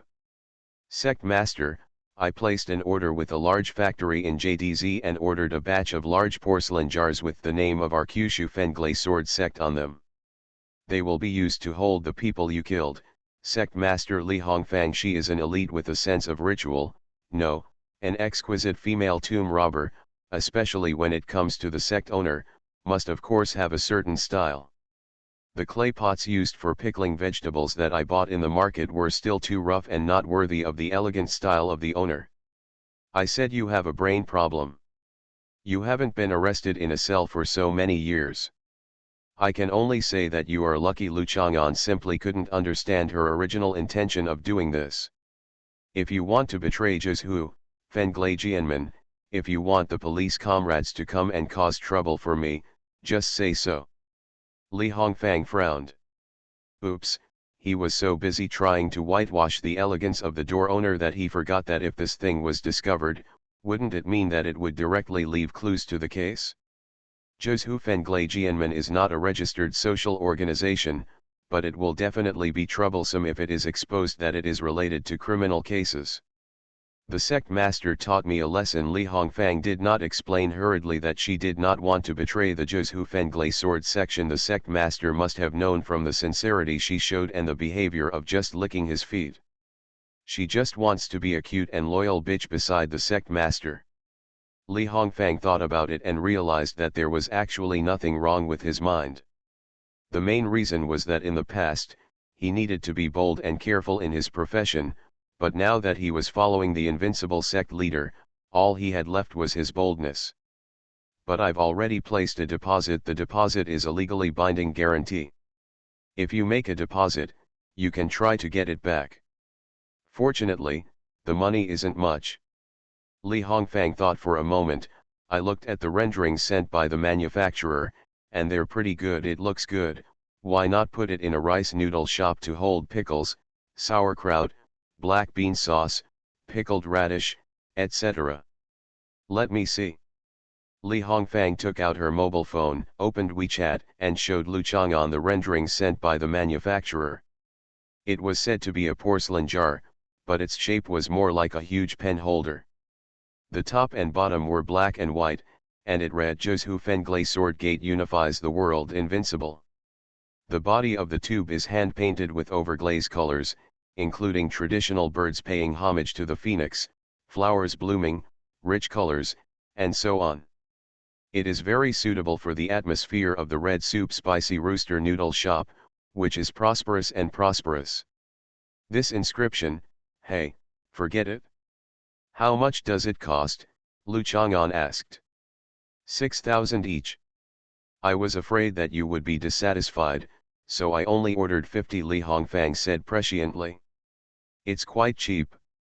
The manufacturer is a real person, so don't cancel the order. Lu Chang'an nodded. Local porcelain is better. Many Japanese-made porcelain sold in home furnishing stores now cost 1,800 yuan for a small bowl. A set of 30 pieces of tableware including spoons and chopstick holders dares to cost 20,000 to 30,000 yuan, which is really filial and generous. Li Hongfang suddenly felt that she had done something praised by the sect master and was qualified to get closer to the sect master, so she quickly moved her buttocks to be close to him. Why did you buy a new car? Lu Chang'an asked casually. Li Hongfang didn't even buy a house. This car is enough to buy a villa in Juncha. I thought I should settle down in Juncha, so I bought a modified car. In the past, when I had no fixed place, I would just buy a mass-produced car for use. I wouldn't feel bad if I lost it when I was running away, Li Hongfang explained.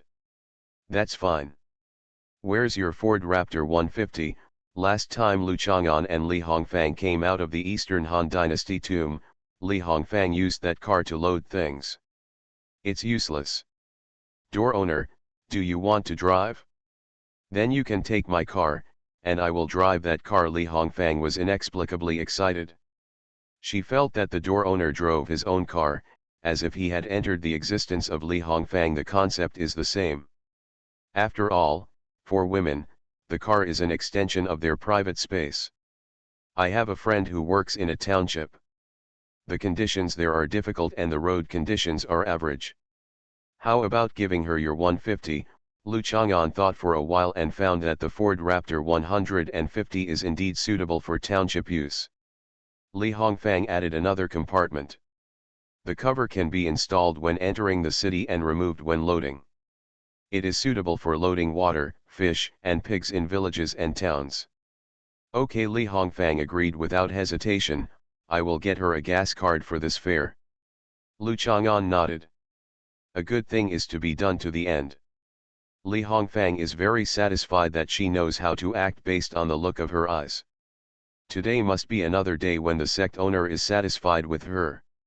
If things go on like this, Li Hongfang might be able to take the initiative to ask for rewards for some intimate behaviors. Li Hongfang felt that the master of the sect had completely regarded her as one of his own. You must know that when Lu Chang'an told Li Hongfang that the first edition of Along the River during the Qingming festival was there, it was equivalent to giving her a peerless treasure. At that time, he just didn't bring any priceless treasures. It's all in my heart, not that I don't care about the value of the treasure because I feel so close to Li Hongfang. Like now, he asked Li Hongfang to help deliver things without asking for his opinion, and he didn't mention giving money to Li Hongfang. This was a truly intimate gesture, and Li Hongfang felt warm all over. Li Hongfang also thought that this car was only suitable for people with a certain financial foundation to use it in villages and towns, and he would have to help with maintenance in the future. This is the difference between leaders and subordinates. Brother Lu is only responsible for giving orders. It is Li Hongfang's business to know how to do things and how to do them well. Come on, close your eyes and I'll rub your face for you. Lu Chang'an clapped his hands. It may hurt a little, but don't open your eyes. Li Hongfang closed her eyes. She was somewhat thankful that she had washed her face before going out. It was clean and she didn't apply a lot of cosmetics and skincare products. If a woman like Qin Yanan had her face rubbed like this by Brother Lu, her powder would definitely fall off. I just felt that Brother Lu used some kind of sprayer to spray some good-smelling liquid on his face. Li Hongfang couldn't help but sniff and smell it. His cheeks were rubbed for a while, from his forehead to his chin. His cheeks were pushed a lot. He even pulled Li Hongfang's sensitive earlobes. Li Hongfang held his head up so that his fingers could unintentionally scratch his neck and ears. And after a while I heard him say that he could open his eyes. Li Hongfang quickly looked in the mirror and saw an upright and gentle beauty in the mirror. Brother Liu's disguise skills were simply superb, reaching the realm of transformation. Because of her work, Li Hongfang had disguised herself before, but she only used some cosmetics, dyes, fur, etc. to change her appearance. Lu Chang'an's method was completely like giving her a makeover with just one hand. But this face doesn't look like mine at all, but it looks familiar. Ah, this is Zhao Yazi. She looks just like Zhao Yazi in The Legend of White Snake. However, when Zhao Yazi played the role of White Snake, she was much older than Li Hongfang. Li Hongfang felt that she suddenly felt much older, but fortunately she still had that charm, which was not unacceptable. Master, I won't always be like this, right?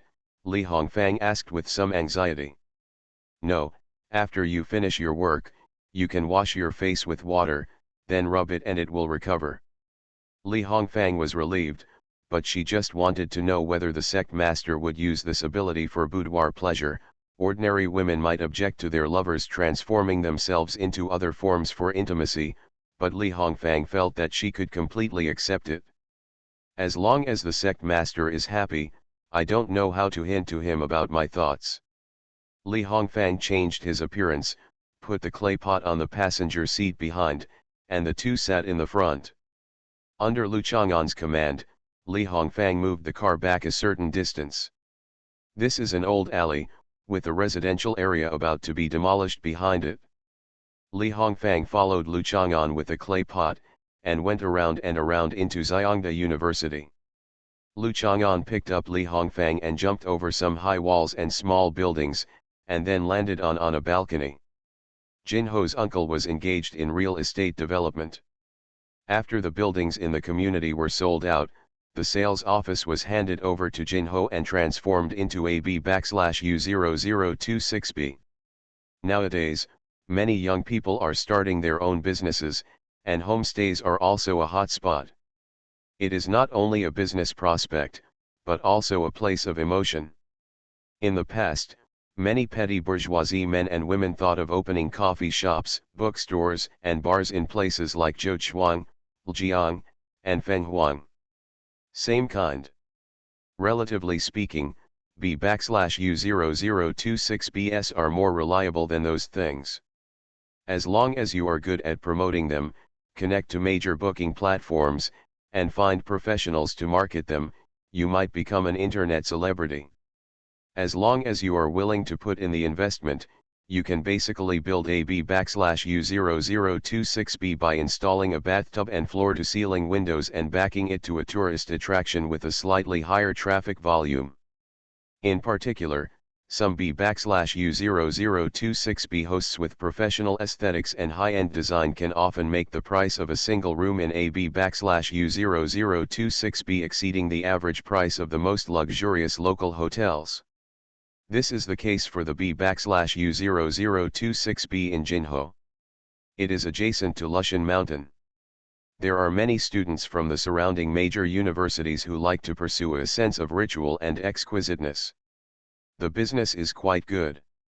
If it weren't for the fact that Jinho often had girls who needed company and had the habit of reserving a large suite in his B/U0026B, he might not have had such a private place to entertain Zhang's Hongai today.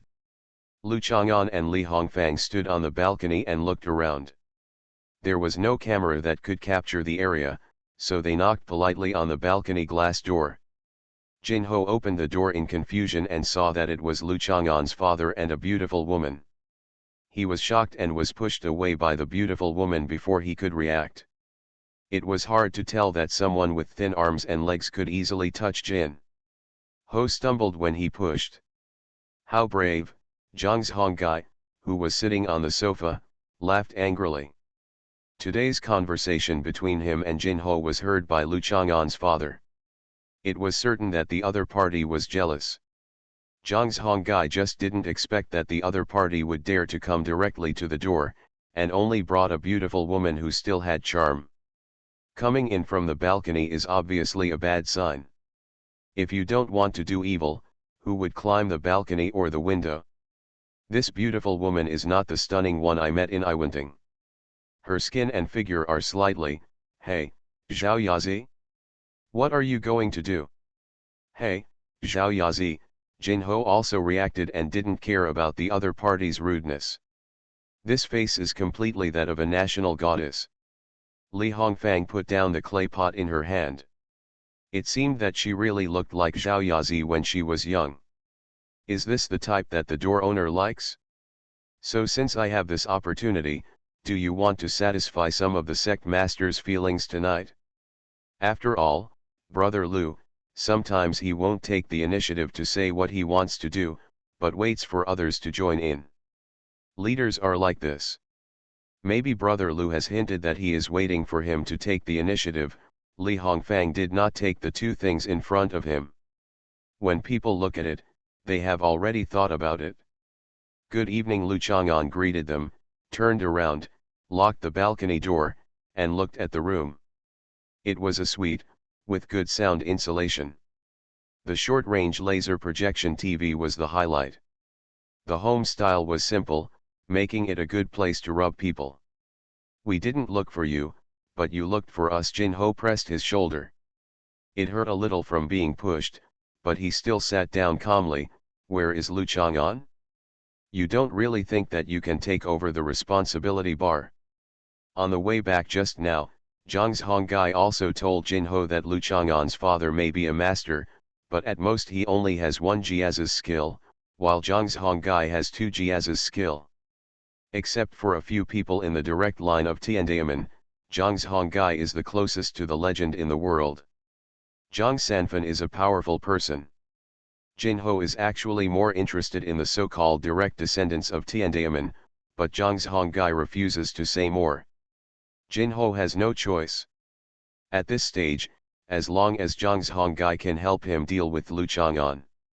When the time comes, he will be able to embrace the beauty, and he will be able to breathe a sigh of relief in front of his father. He has been working at Hunan University.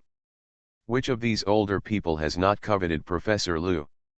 Now that Jinho can take down an Nuan, he is naturally in the limelight, and people of the previous generation have to admire him. He is much better than when they were young. I said, I want to treat you to a Japanese meal. Lu Chang'an took out the lard mixed powder and a large bottle of yogurt he packed from the clay pot. Jinho couldn't help but sneer loudly. When I heard you talking about the past and the present with people in Iwan Pavilion, I just thought you had some knowledge. But it turns out that you can't even tell what Japanese food is, lard mixed with powder and yogurt? What kind of Japanese food is this? Bullshit, he said. This is Japanese food, this is Japanese food, Xinama's food, do you understand? Li Hongfang pointed at Jinho and started scolding. Jinho couldn't help but be stunned. This woman looked gentle and sweet, but how could she be so aggressive with her mouth? What makes Jinho envious is that this old man is so good at sex. The beautiful woman in the Iwan Pavilion is gentle to him, and the woman in front of him is the same. Others just sneer a little, but she curses regardless of her image. Defend this old man. Quality. Ah, that's why I scold dogs and dead people, Li Hongfang quickly defended. Jinho and Zhang Zhonggai looked at each other. Dog and dead man? In other words, in Li Hongfang's eyes, one of the two of them is a dog and the other is a dead man. So who is the dog and who is the dead man? Li Hongfang actually didn't mean this. In Li Hongfang's eyes, both of them were dead, but she didn't know if Brother Lu would kill both of them. They should be able to squeeze this clay pot. I didn't say this was a Japanese meal prepared for you. Lu Chang'an opened his mouth and sounded gentle and calm, much more qualified than Li Hongfang. This is prepared for Mr. Zhang, please finish it while it's hot. You have to finish the yogurt too. Zhang Zhonggai frowned. This man is really crazy. He glanced at Jinho indifferently, and then said, don't fix this mess for me. Let's do this. Let your son give an Nuan to Jinho. Then kowtow a few times in front of Jinho, admit his mistake, and eat the same things that Jinho has eaten, and that's pretty much it. Besides, I want to get to know the woman in the Iwan Pavilion today. After all, Zhang Zhonggai was not a street gangster or a hooligan. He also spoke very reservedly and had his own style and demeanor. He would never say anything about asking the woman to accompany him for a night, which would be too disrespectful. Stop him, Lu Chang'an pointed at Jinho and said to Li Hongfang. Li Hongfang made a fist with her left hand and bumped it into the palm of her right hand. A thin layer of black scales spread from her shoulder and instantly covered her entire arm and palm. Jinho was shocked to see such a scene, which seemed like a scene from a science fiction movie. Li Hongfang reached out and grabbed Jinho, raised it in the air and then slammed it to the ground. At the same time, he grabbed Jinho's throat and made him scream. Not coming out. Don't scream, okay. Li Hongfang lowered his voice and loosened Song Jinho's throat. After all, Brother Lu only said to restrain him, not to kill him. If he kept holding his throat, he would still die. Jinho's pupils were dilating, and he looked at Li Hongfang in horror. His legs were stretched straight, and his fingers were scratching on the ground, struggling and begging for mercy. How could he have imagined that such a woman could be so brave and violent? She grabbed Jinho and threw her around as if she were holding some junk, almost causing Jinho's whole body to fall apart. At this time, Jinho realized that he and Zhang Zhonggai might have misjudged the strength of the Lu family. He has used the Lu family without being a landlord. Even the woman who follows Liu's father like a maid is so brave. How can she have no power? Zhang Zhonggai's expression remained unchanged when he saw this scene. He could also do this, but the black scales on this woman's body were too scary. People are always extra vigilant and even afraid of unknown things. Zhang Zhonggai is not afraid of any martial arts master, but he extremely does not want to face those who use hot weapons and high-tech equipment. At this time, one of his feet began to hurt slightly, because after his breakthrough, he once went to compete with the youngest disciple of the Tiandao sect with high morale and confidence. As a result, the little kid did not compete with Zhang Hongai at all, and gave him directly. Zhang Hongai was shot in the leg, which still poses a hidden danger to Zhang Hongai's leg skills. What kind of opponent did this Jinho find for himself? An accompanying maid has such equipment on her body. Where is this man who may be the head of the Lu family? Zhang Honggai's whole body seemed to be loose and tight, his spirit was extremely concentrated, his breathing and heartbeat were adjusted to the optimal frequency, and his whole body entered the highest state since his martial arts training, ready to fight at any time. Are you going to eat it or not? Lu Chang'an pointed at the lard mixed with powder and opened the 1 kilogram bottle of yogurt. Zhang Honggai really couldn't understand why the other party asked him to eat these things. Even if he asked so freely at this time, he couldn't help but be stunned for a moment. At this moment, Lu Chang'an stretched out his hand, and Zhang Honggai's whole body exploded instantly. He knew that the other party was about to attack, but such a simple and direct attack meant that he thought. Lu Chang'an reached out and pinched Zhang Honggai's cheek, pushed him to the ground, and then he took the bottle of yogurt and poured it into Zhang Honggai's mouth. Zhang Honggai only felt the cold yogurt flowing from his mouth into his stomach, and his whole body became ice cold. No matter how hard he tried and resisted, under this man's hands, he turned out to be like a ruthless yogurt drinking machine. Nothing to do but drink yogurt. Jinho was lying on the ground, looking at the scene with dull eyes. Is this the Nanyang martial arts master introduced by Sister Minglin, the great master who has not lost a single defeat in 5 years? After feeding the yogurt, Lu Chang'an let go and pointed at the lard mixed with powder. Do you want to eat it or not? Zhang Hongai stared at the ceiling. What was going on? This is where? You must be dreaming, right? How is it possible? But there is still cold and slightly sweet yogurt in his mouth, reminding him that he is in the real world. I'm asking you a question. Li Hongfang kicked Zhang Hongai. He really didn't care about life and death. Did he turn a deaf ear to Brother Liu's words? This kick happened to hit the place where Zhang Hongai had suffered a gunshot wound. He sat up with his legs pressed in pain and began to eat the bowl of noodles numbly. Lu Chang'an turned on the TV and watched it for a while.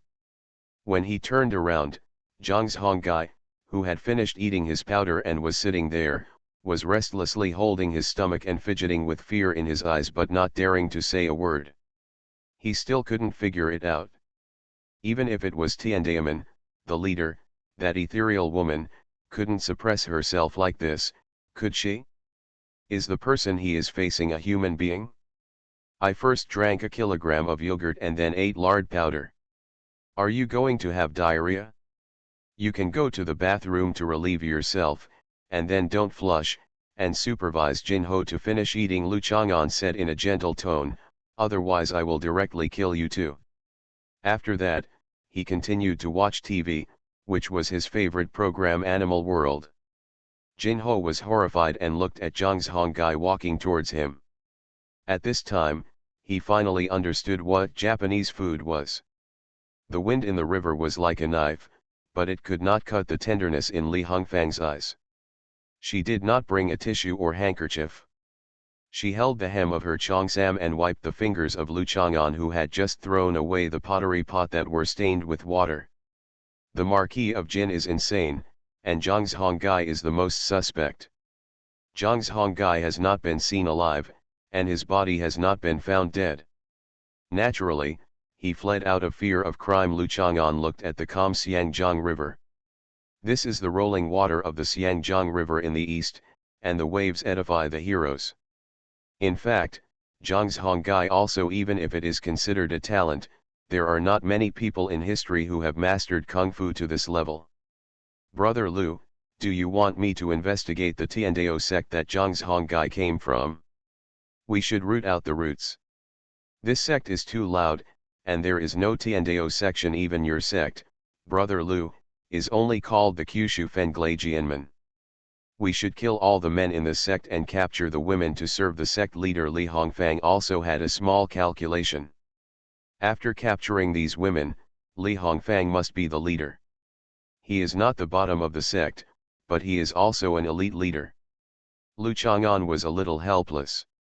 If Li Hongfang were placed in ancient times, she would basically be a female bandit who committed evil crimes and committed serious crimes, and would be exterminated by the imperial army.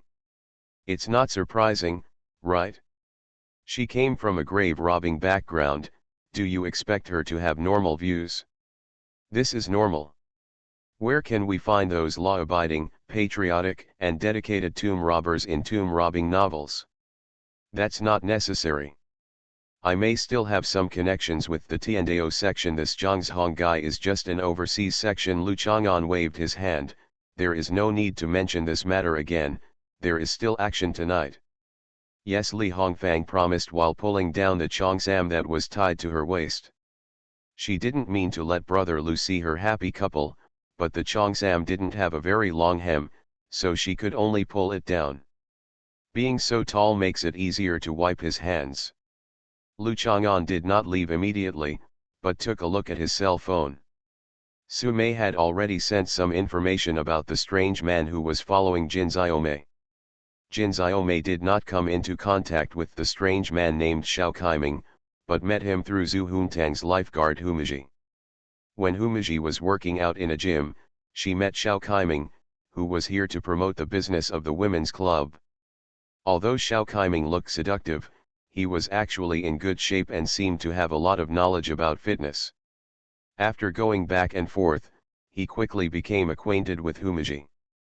Xiao Kaiming's women's club business was not promoted, but she was introduced by Humiji to apply for a card at the gym, and then met Jin Xiaomei through Humiji. The three of them drank and ate supper together, and got along well, except that she and Xiao Kaiming were together every time. There were always people who would cause trouble and tease Humiji or Jin Xiaomei, but they were all solved by Xiao Kaiming.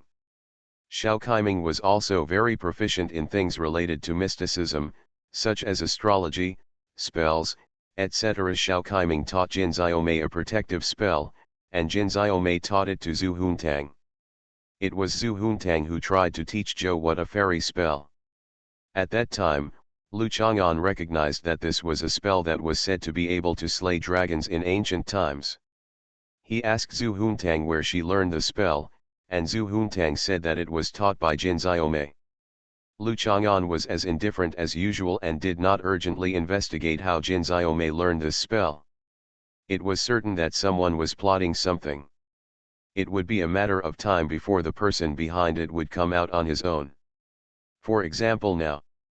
Based on the information sent by Su Mei and combined with recent events, Lu Chang'an came up with clues and ideas after thinking about it for a while. It must have been that day when he met Zhu Nang. Lu Chang'an claimed that he was a dragon. Zhu Nang didn't believe it at all. After being taken care of by Lu Chang'an, Zhu Nang ran back and talked about Lu Chang'an with his fellow beasts. Zhu Yan did not believe that Lu Chang'an was a dragon, but some of his companions may have doubts. Relying on their own connections and resources, they began to investigate Lu Chang'an. Maybe this dragon-slaying spell was their method to test whether Lu Chang'an was a dragon. 1. But okay, how come Xiao Kaiming was suddenly exposed and arrested Guan Yuan and Jin Xiaomei directly? This is a bit more difficult to figure out. Lu Chang'an didn't think much about it. Since Su Mei had taught Zhu Huntang a lesson, it was Lu Chang'an's responsibility to rescue Guan Yuan and Jin Xiaomei in exchange.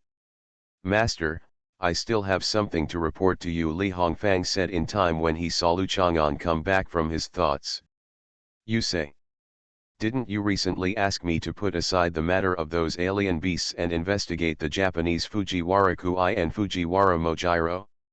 I found that the Japanese and the alien beasts are actually colluding together. Li Hongfang pointed at the River XC area behind him and said, when I came here just now, I passed by the women's health club owned by Alien Beast.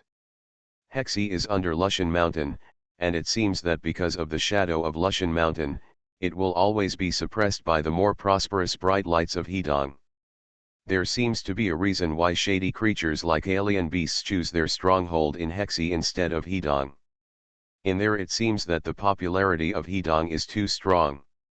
Except for all the beautiful things, it's not surprising that the Japanese collude with anything. Lu Chang'an looked back at Li Hongfang and helped her pull up her skirt with satisfaction to prevent the river wind from blowing her too exposed lower body and getting cold. She needs to work hard. Compared with other species in Zhu Fenglei sword sect, Li Hongfang is really very capable. Li Hongfang felt that his fingers inadvertently touched the skin exposed by the slit of the skirt. She bent slightly and straightened her body nervously. After all, as a mature woman, she was worried that the bending action would make her lower abdomen appear slightly full. Go on. I left the textile factory site yesterday and saw a Japanese car with a diplomatic photo hanging on it running around in the traffic. At that time, I became interested and followed it quietly. Later, I saw Fujiwara-kui being helped out of the car and entering the women's club.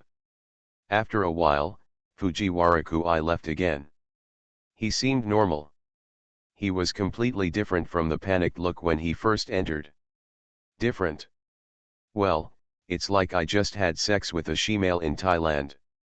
I learned that the other person had H4. After I hurriedly took the blocking medicine, I put down half of my worries with lingering fear. Li Hongfang paused and thought of something. An extremely appropriate metaphor. Lu Chang'an glanced at Li Hongfang in confusion. How did she come up with such an unconventional and vivid metaphor? He is worthy of being a potential contract author who can turn a sentence into a novel. Do you still remember that Dan Dan once pulled something as thin as a gossamer out of your body? Lu Chang'an asked. Li Hongfang was honest and respectful in front of Shangguan Dan Dan, which was a little different from others. Firstly, she knew how powerful Shangguan Dandan was and was scared. Secondly, she was grateful to Shangguan Dandan for completely eliminating the hidden dangers in her body. Li Hongfang nodded vigorously. Can you not remember? Anyone who has been caught by the flying hair, and then had the hair penetrated into the body and pulled out again, will never forget this ghost movie-like scene. Shangguan Dandan can not only take out this thing that controls other people's bodies, and can live if they want others to live, or die if they want others to die, but he can also put it in. Lu Chang'an sighed softly. This is Shangguan Dandan's terrifying true face. Obviously it's an old demon from Montenegro, but he's pretending to be nice. Yao Qian. Li Hongfang quickly took out her phone and took a look at her last order for Shangguan Dandan to buy wine.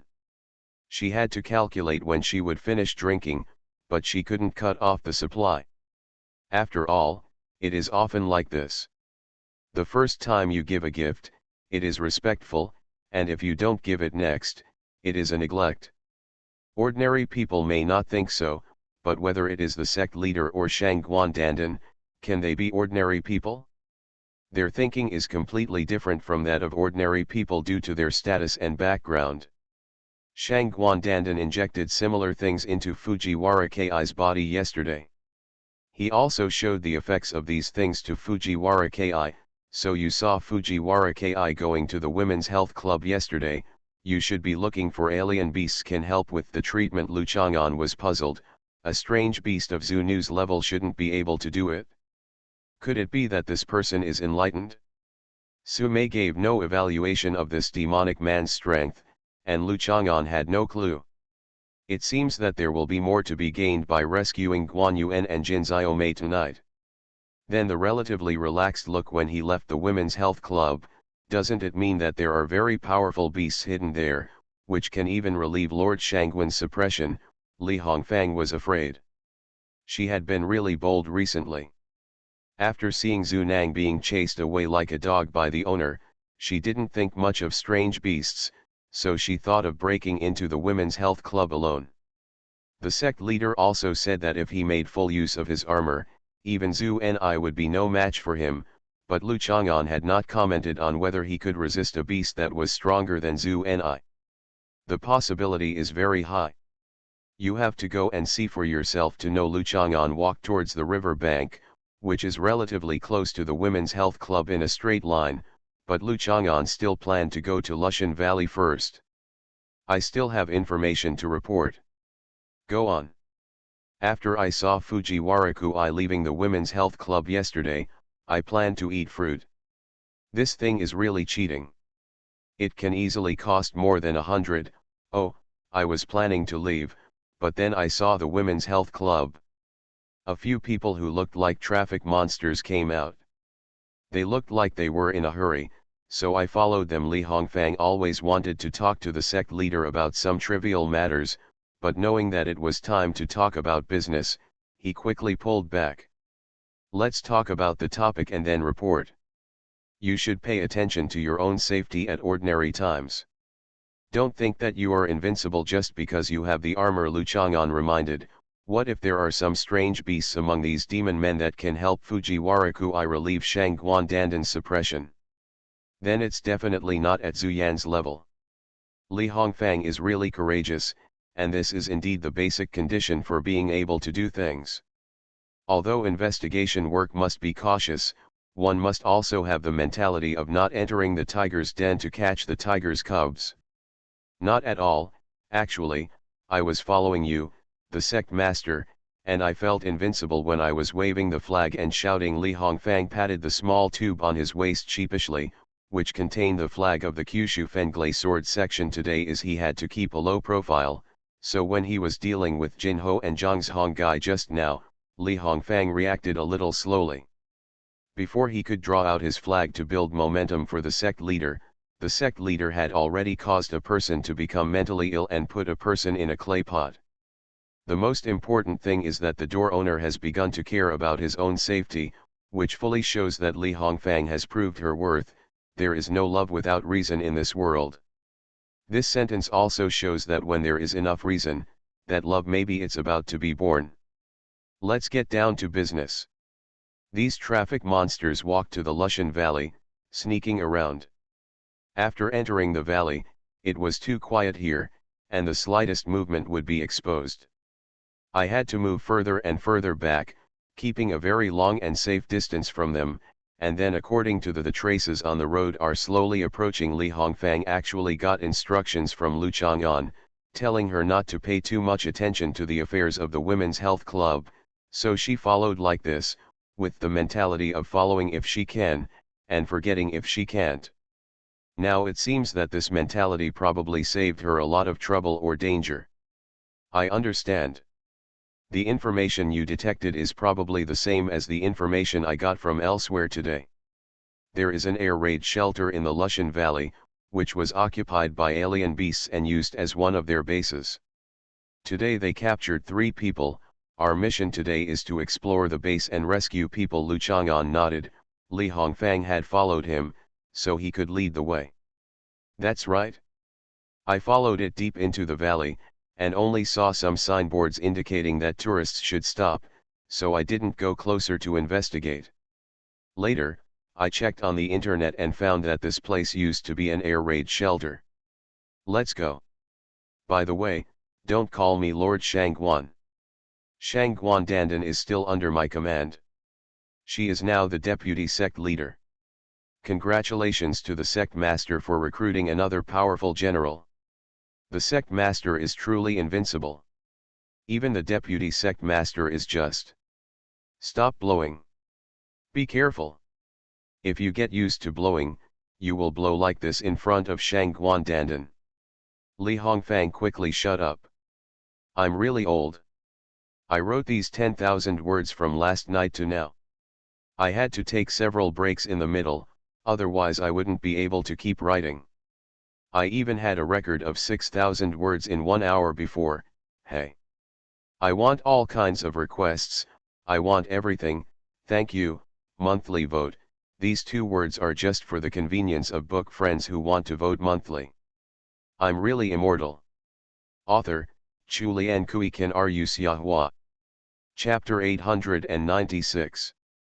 Lu Chang'an and Li Hongfang walked along the river for a while, then went ashore near Dizzy Lake, and then passed through the dense forest and entered the Lushan Valley. Because there used to be some military facilities here, which have not yet been completely declassified. There are barbed wire fences in many places to separate tourist areas and prohibited areas, so the roads have been led into the bushland and are difficult to find. Sect Master, I think the fact that the alien beasts can find this kind of place as a base is definitely a clue provided by the Japanese, Li Hongfang said with certainty. Regardless of the current economic strength of China and Japan, the Japanese infiltration is still everywhere, and they are trying their best to collect any information and data under various pretexts, hoping to do something again one day. Not many locals even know about abandoned air raid shelters like this, but it wouldn't be surprising at all if Fujiwara Kui came up with a complete distribution map of abandoned air raid shelters. Yes, Lu Chang'an agreed with Li Hongfang's guess and added, some strange beasts are born with a keen sense of caves. They may be interested in the underground base of Hunan University after occupying this air raid shelter. Li Hongfang was taken to the underground base by Lu Chang'an and received treatment from Sumei.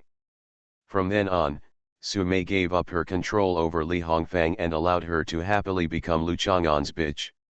When Sumei first recruited Li Hongfang, she just wanted to dig holes, caves, tombs, etc. where her husband might hide treasures. However, there would be nothing to gain by digging casually, just like the Marquis of Haihun. The discovery of the tomb was purely accidental. The base of Hunan University seems to be under renovation, although the repair work is very secretive. Under the observation of a caring person like Li Hongfang, seeing some special equipment transport vehicles coming in and out, it is natural to guess that something big is going on. Li Hongfang didn't know that the underground base had been damaged by the fight between Lu Chang'an and a group of robots. The transportation, security systems, and part of the scientific research laboratory had been damaged. He didn't know that under Zonking's supervision, it had been repaired and could be operational again. After the reconstruction, it will not be so easy for the alien beasts to invade. If they want to take that base as their own, I will naturally not let them get their way. Lu Chang'an felt that the greatest use of the underground base should be to use it to control the base. Zhu Huntang was confined. Sumei had banned Zhu Huntang before, but it didn't have much of a disciplinary effect. She could wander around in such a large 4-story area, so what kind of confinement was that? Fortunately, Zhu Huntang was driven away to herd sheep.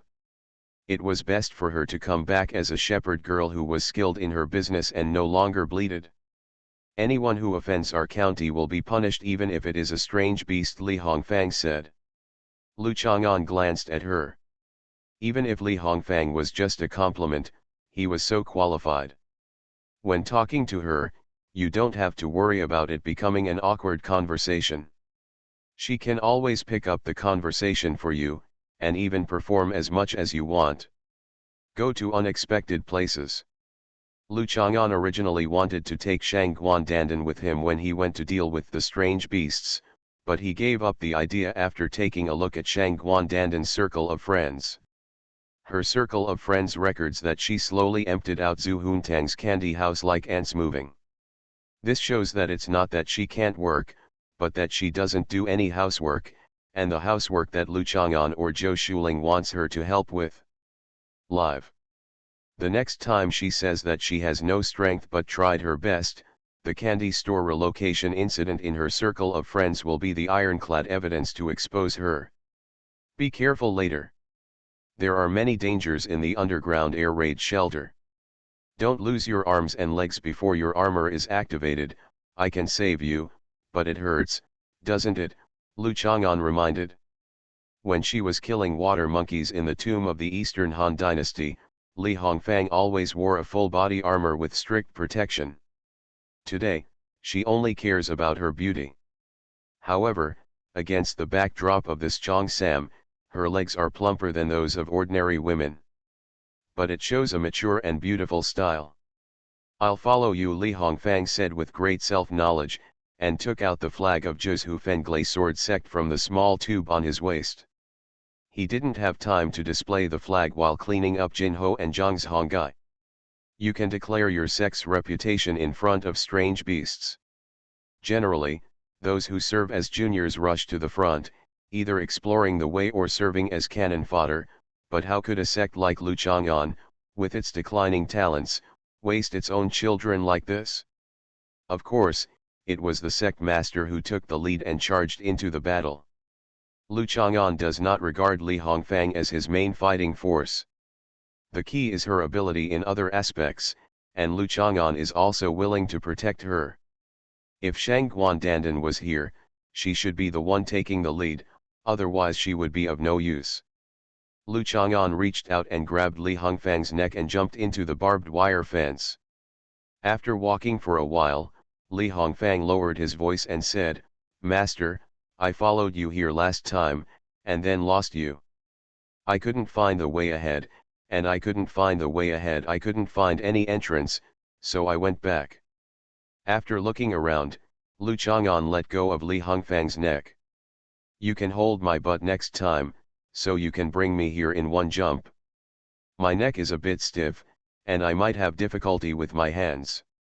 My butt is softer, and you will feel it feels good." Li Hongfang, she suggested a little shyly, but her starting point was purely for the sake of the door owner.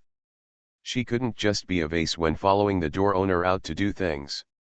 She had to give him a little red sleeves to add fragrance, and the wonderful experience of warm and fragrant nephrite. Lu Chang'an was observing the surroundings and was distracted by her suggestion. "Li Hongfang, what are you thinking about every day?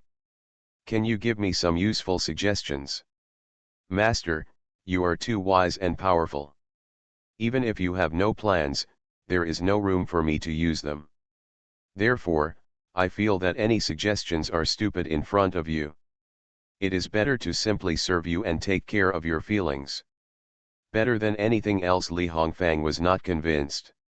Of course she had her own deep thoughts and reasons. Lu Chang'an nodded, as she said, "Look around again and observe all directions carefully." Li Hongfang squinted his eyes, but couldn't see anything. He dug around in his arms and took out a special armor scale and put it in front of his eyes. The scales became as thin as cicada wings, like long glasses.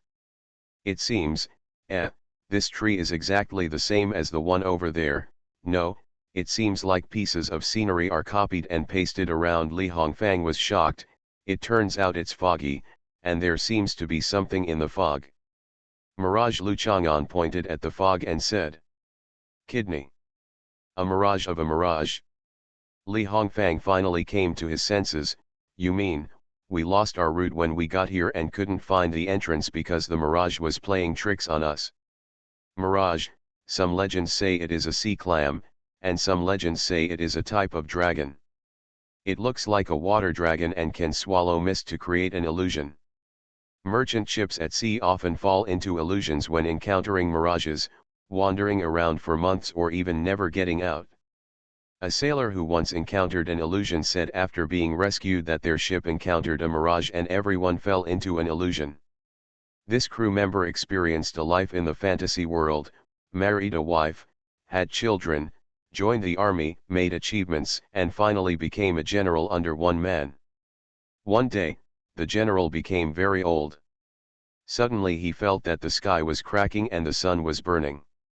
He woke up and found that everyone on the ship was dead except him, and he was lucky enough to fall next to a barrel of wine. There was a thin crack in the barrel that kept dripping wine, and it happened to drip into his mouth, allowing him to live longer than others while trapped in the illusion. Of course Li Hongfang knew about mirages, and there were more stories about this legendary creature, which gave people a more powerful and mysterious feeling. She had no feelings for Zhu Ming. She had never heard of it before meeting it. At that time Li Hongfang even wanted to fight Zhu Ni. But when faced with a creature like a mirage that might even be a dragon, Li Hongfang had no intention of fighting with it. She just held the flag of the Kyushu Wind and Thunder Sword sect tightly in her hand. Li Hongfang pressed the glasses with multiple functions, and felt that the fog in front of her eyes was getting thicker and thicker. Although the glasses allowed Li Hongfang to accurately identify the surrounding objects and not be confused by illusions, there was something vaguely present in the fog. But it made Li Hongfang even more nervous. Li Hongfang couldn't help but get close to Lu Chang'an. As soon as he smelled the body odor of a mature man on his body, Li Hongfang felt much more at ease. She leaned into Lu Chang'an's ear and said, "Master, Since it is a mirage, let's catch it and tame it for our own use, then we can play in the illusion. Sect Master, if you want to experience any obscene pleasure in the illusion, you can. When Li Hongfang said we, she certainly wanted to hint to the sect leader from now on that she also wanted to participate. When the sect leader really did this, the possibility of taking her with him would be greatly increased. Lu Chang'an once used dragon chant to hint at his true nature. Li Hongfang understood it and naturally made reasonable suggestions that fit his mind. You are so scared, how can you still make such a suggestion? It seems that you are not pretending to have mental problems, but are really not normal, Lu Chang'an said with emotion that Li Hongfang and Zhu Huntang cannot be allowed to mix in the future. In fact, Lu Chang'an felt that it was inappropriate for Zhu Huntang to mix with Shang Guandandan, Zhou Dongdong and other creatures. However, the things Shang Guandandan and Zhou Dongdong did were generally just stupid and meaningless. This Li Hongfang, it's different. Zhu Huntang's resources, coupled with Li Hongfang's delusion and execution ability, might cause trouble that would be difficult for both Lu Chang'an and Su Mei to deal with. Li Hongfang disagreed. She used to be cautious because of her limited abilities. Now she is following the invincible sect leader. Of course her ideas are bold and arrogant, but she is not born with a brain problem. However, the door owner's opinion cannot be easily refuted. Since he thought there was something wrong with her brain, but he didn't kick her away and still kept her with him, it means that he actually didn't think there was really a problem. There is still a 10,000-word chapter to be updated. I took a break today and will type it out tomorrow. All kinds of requests.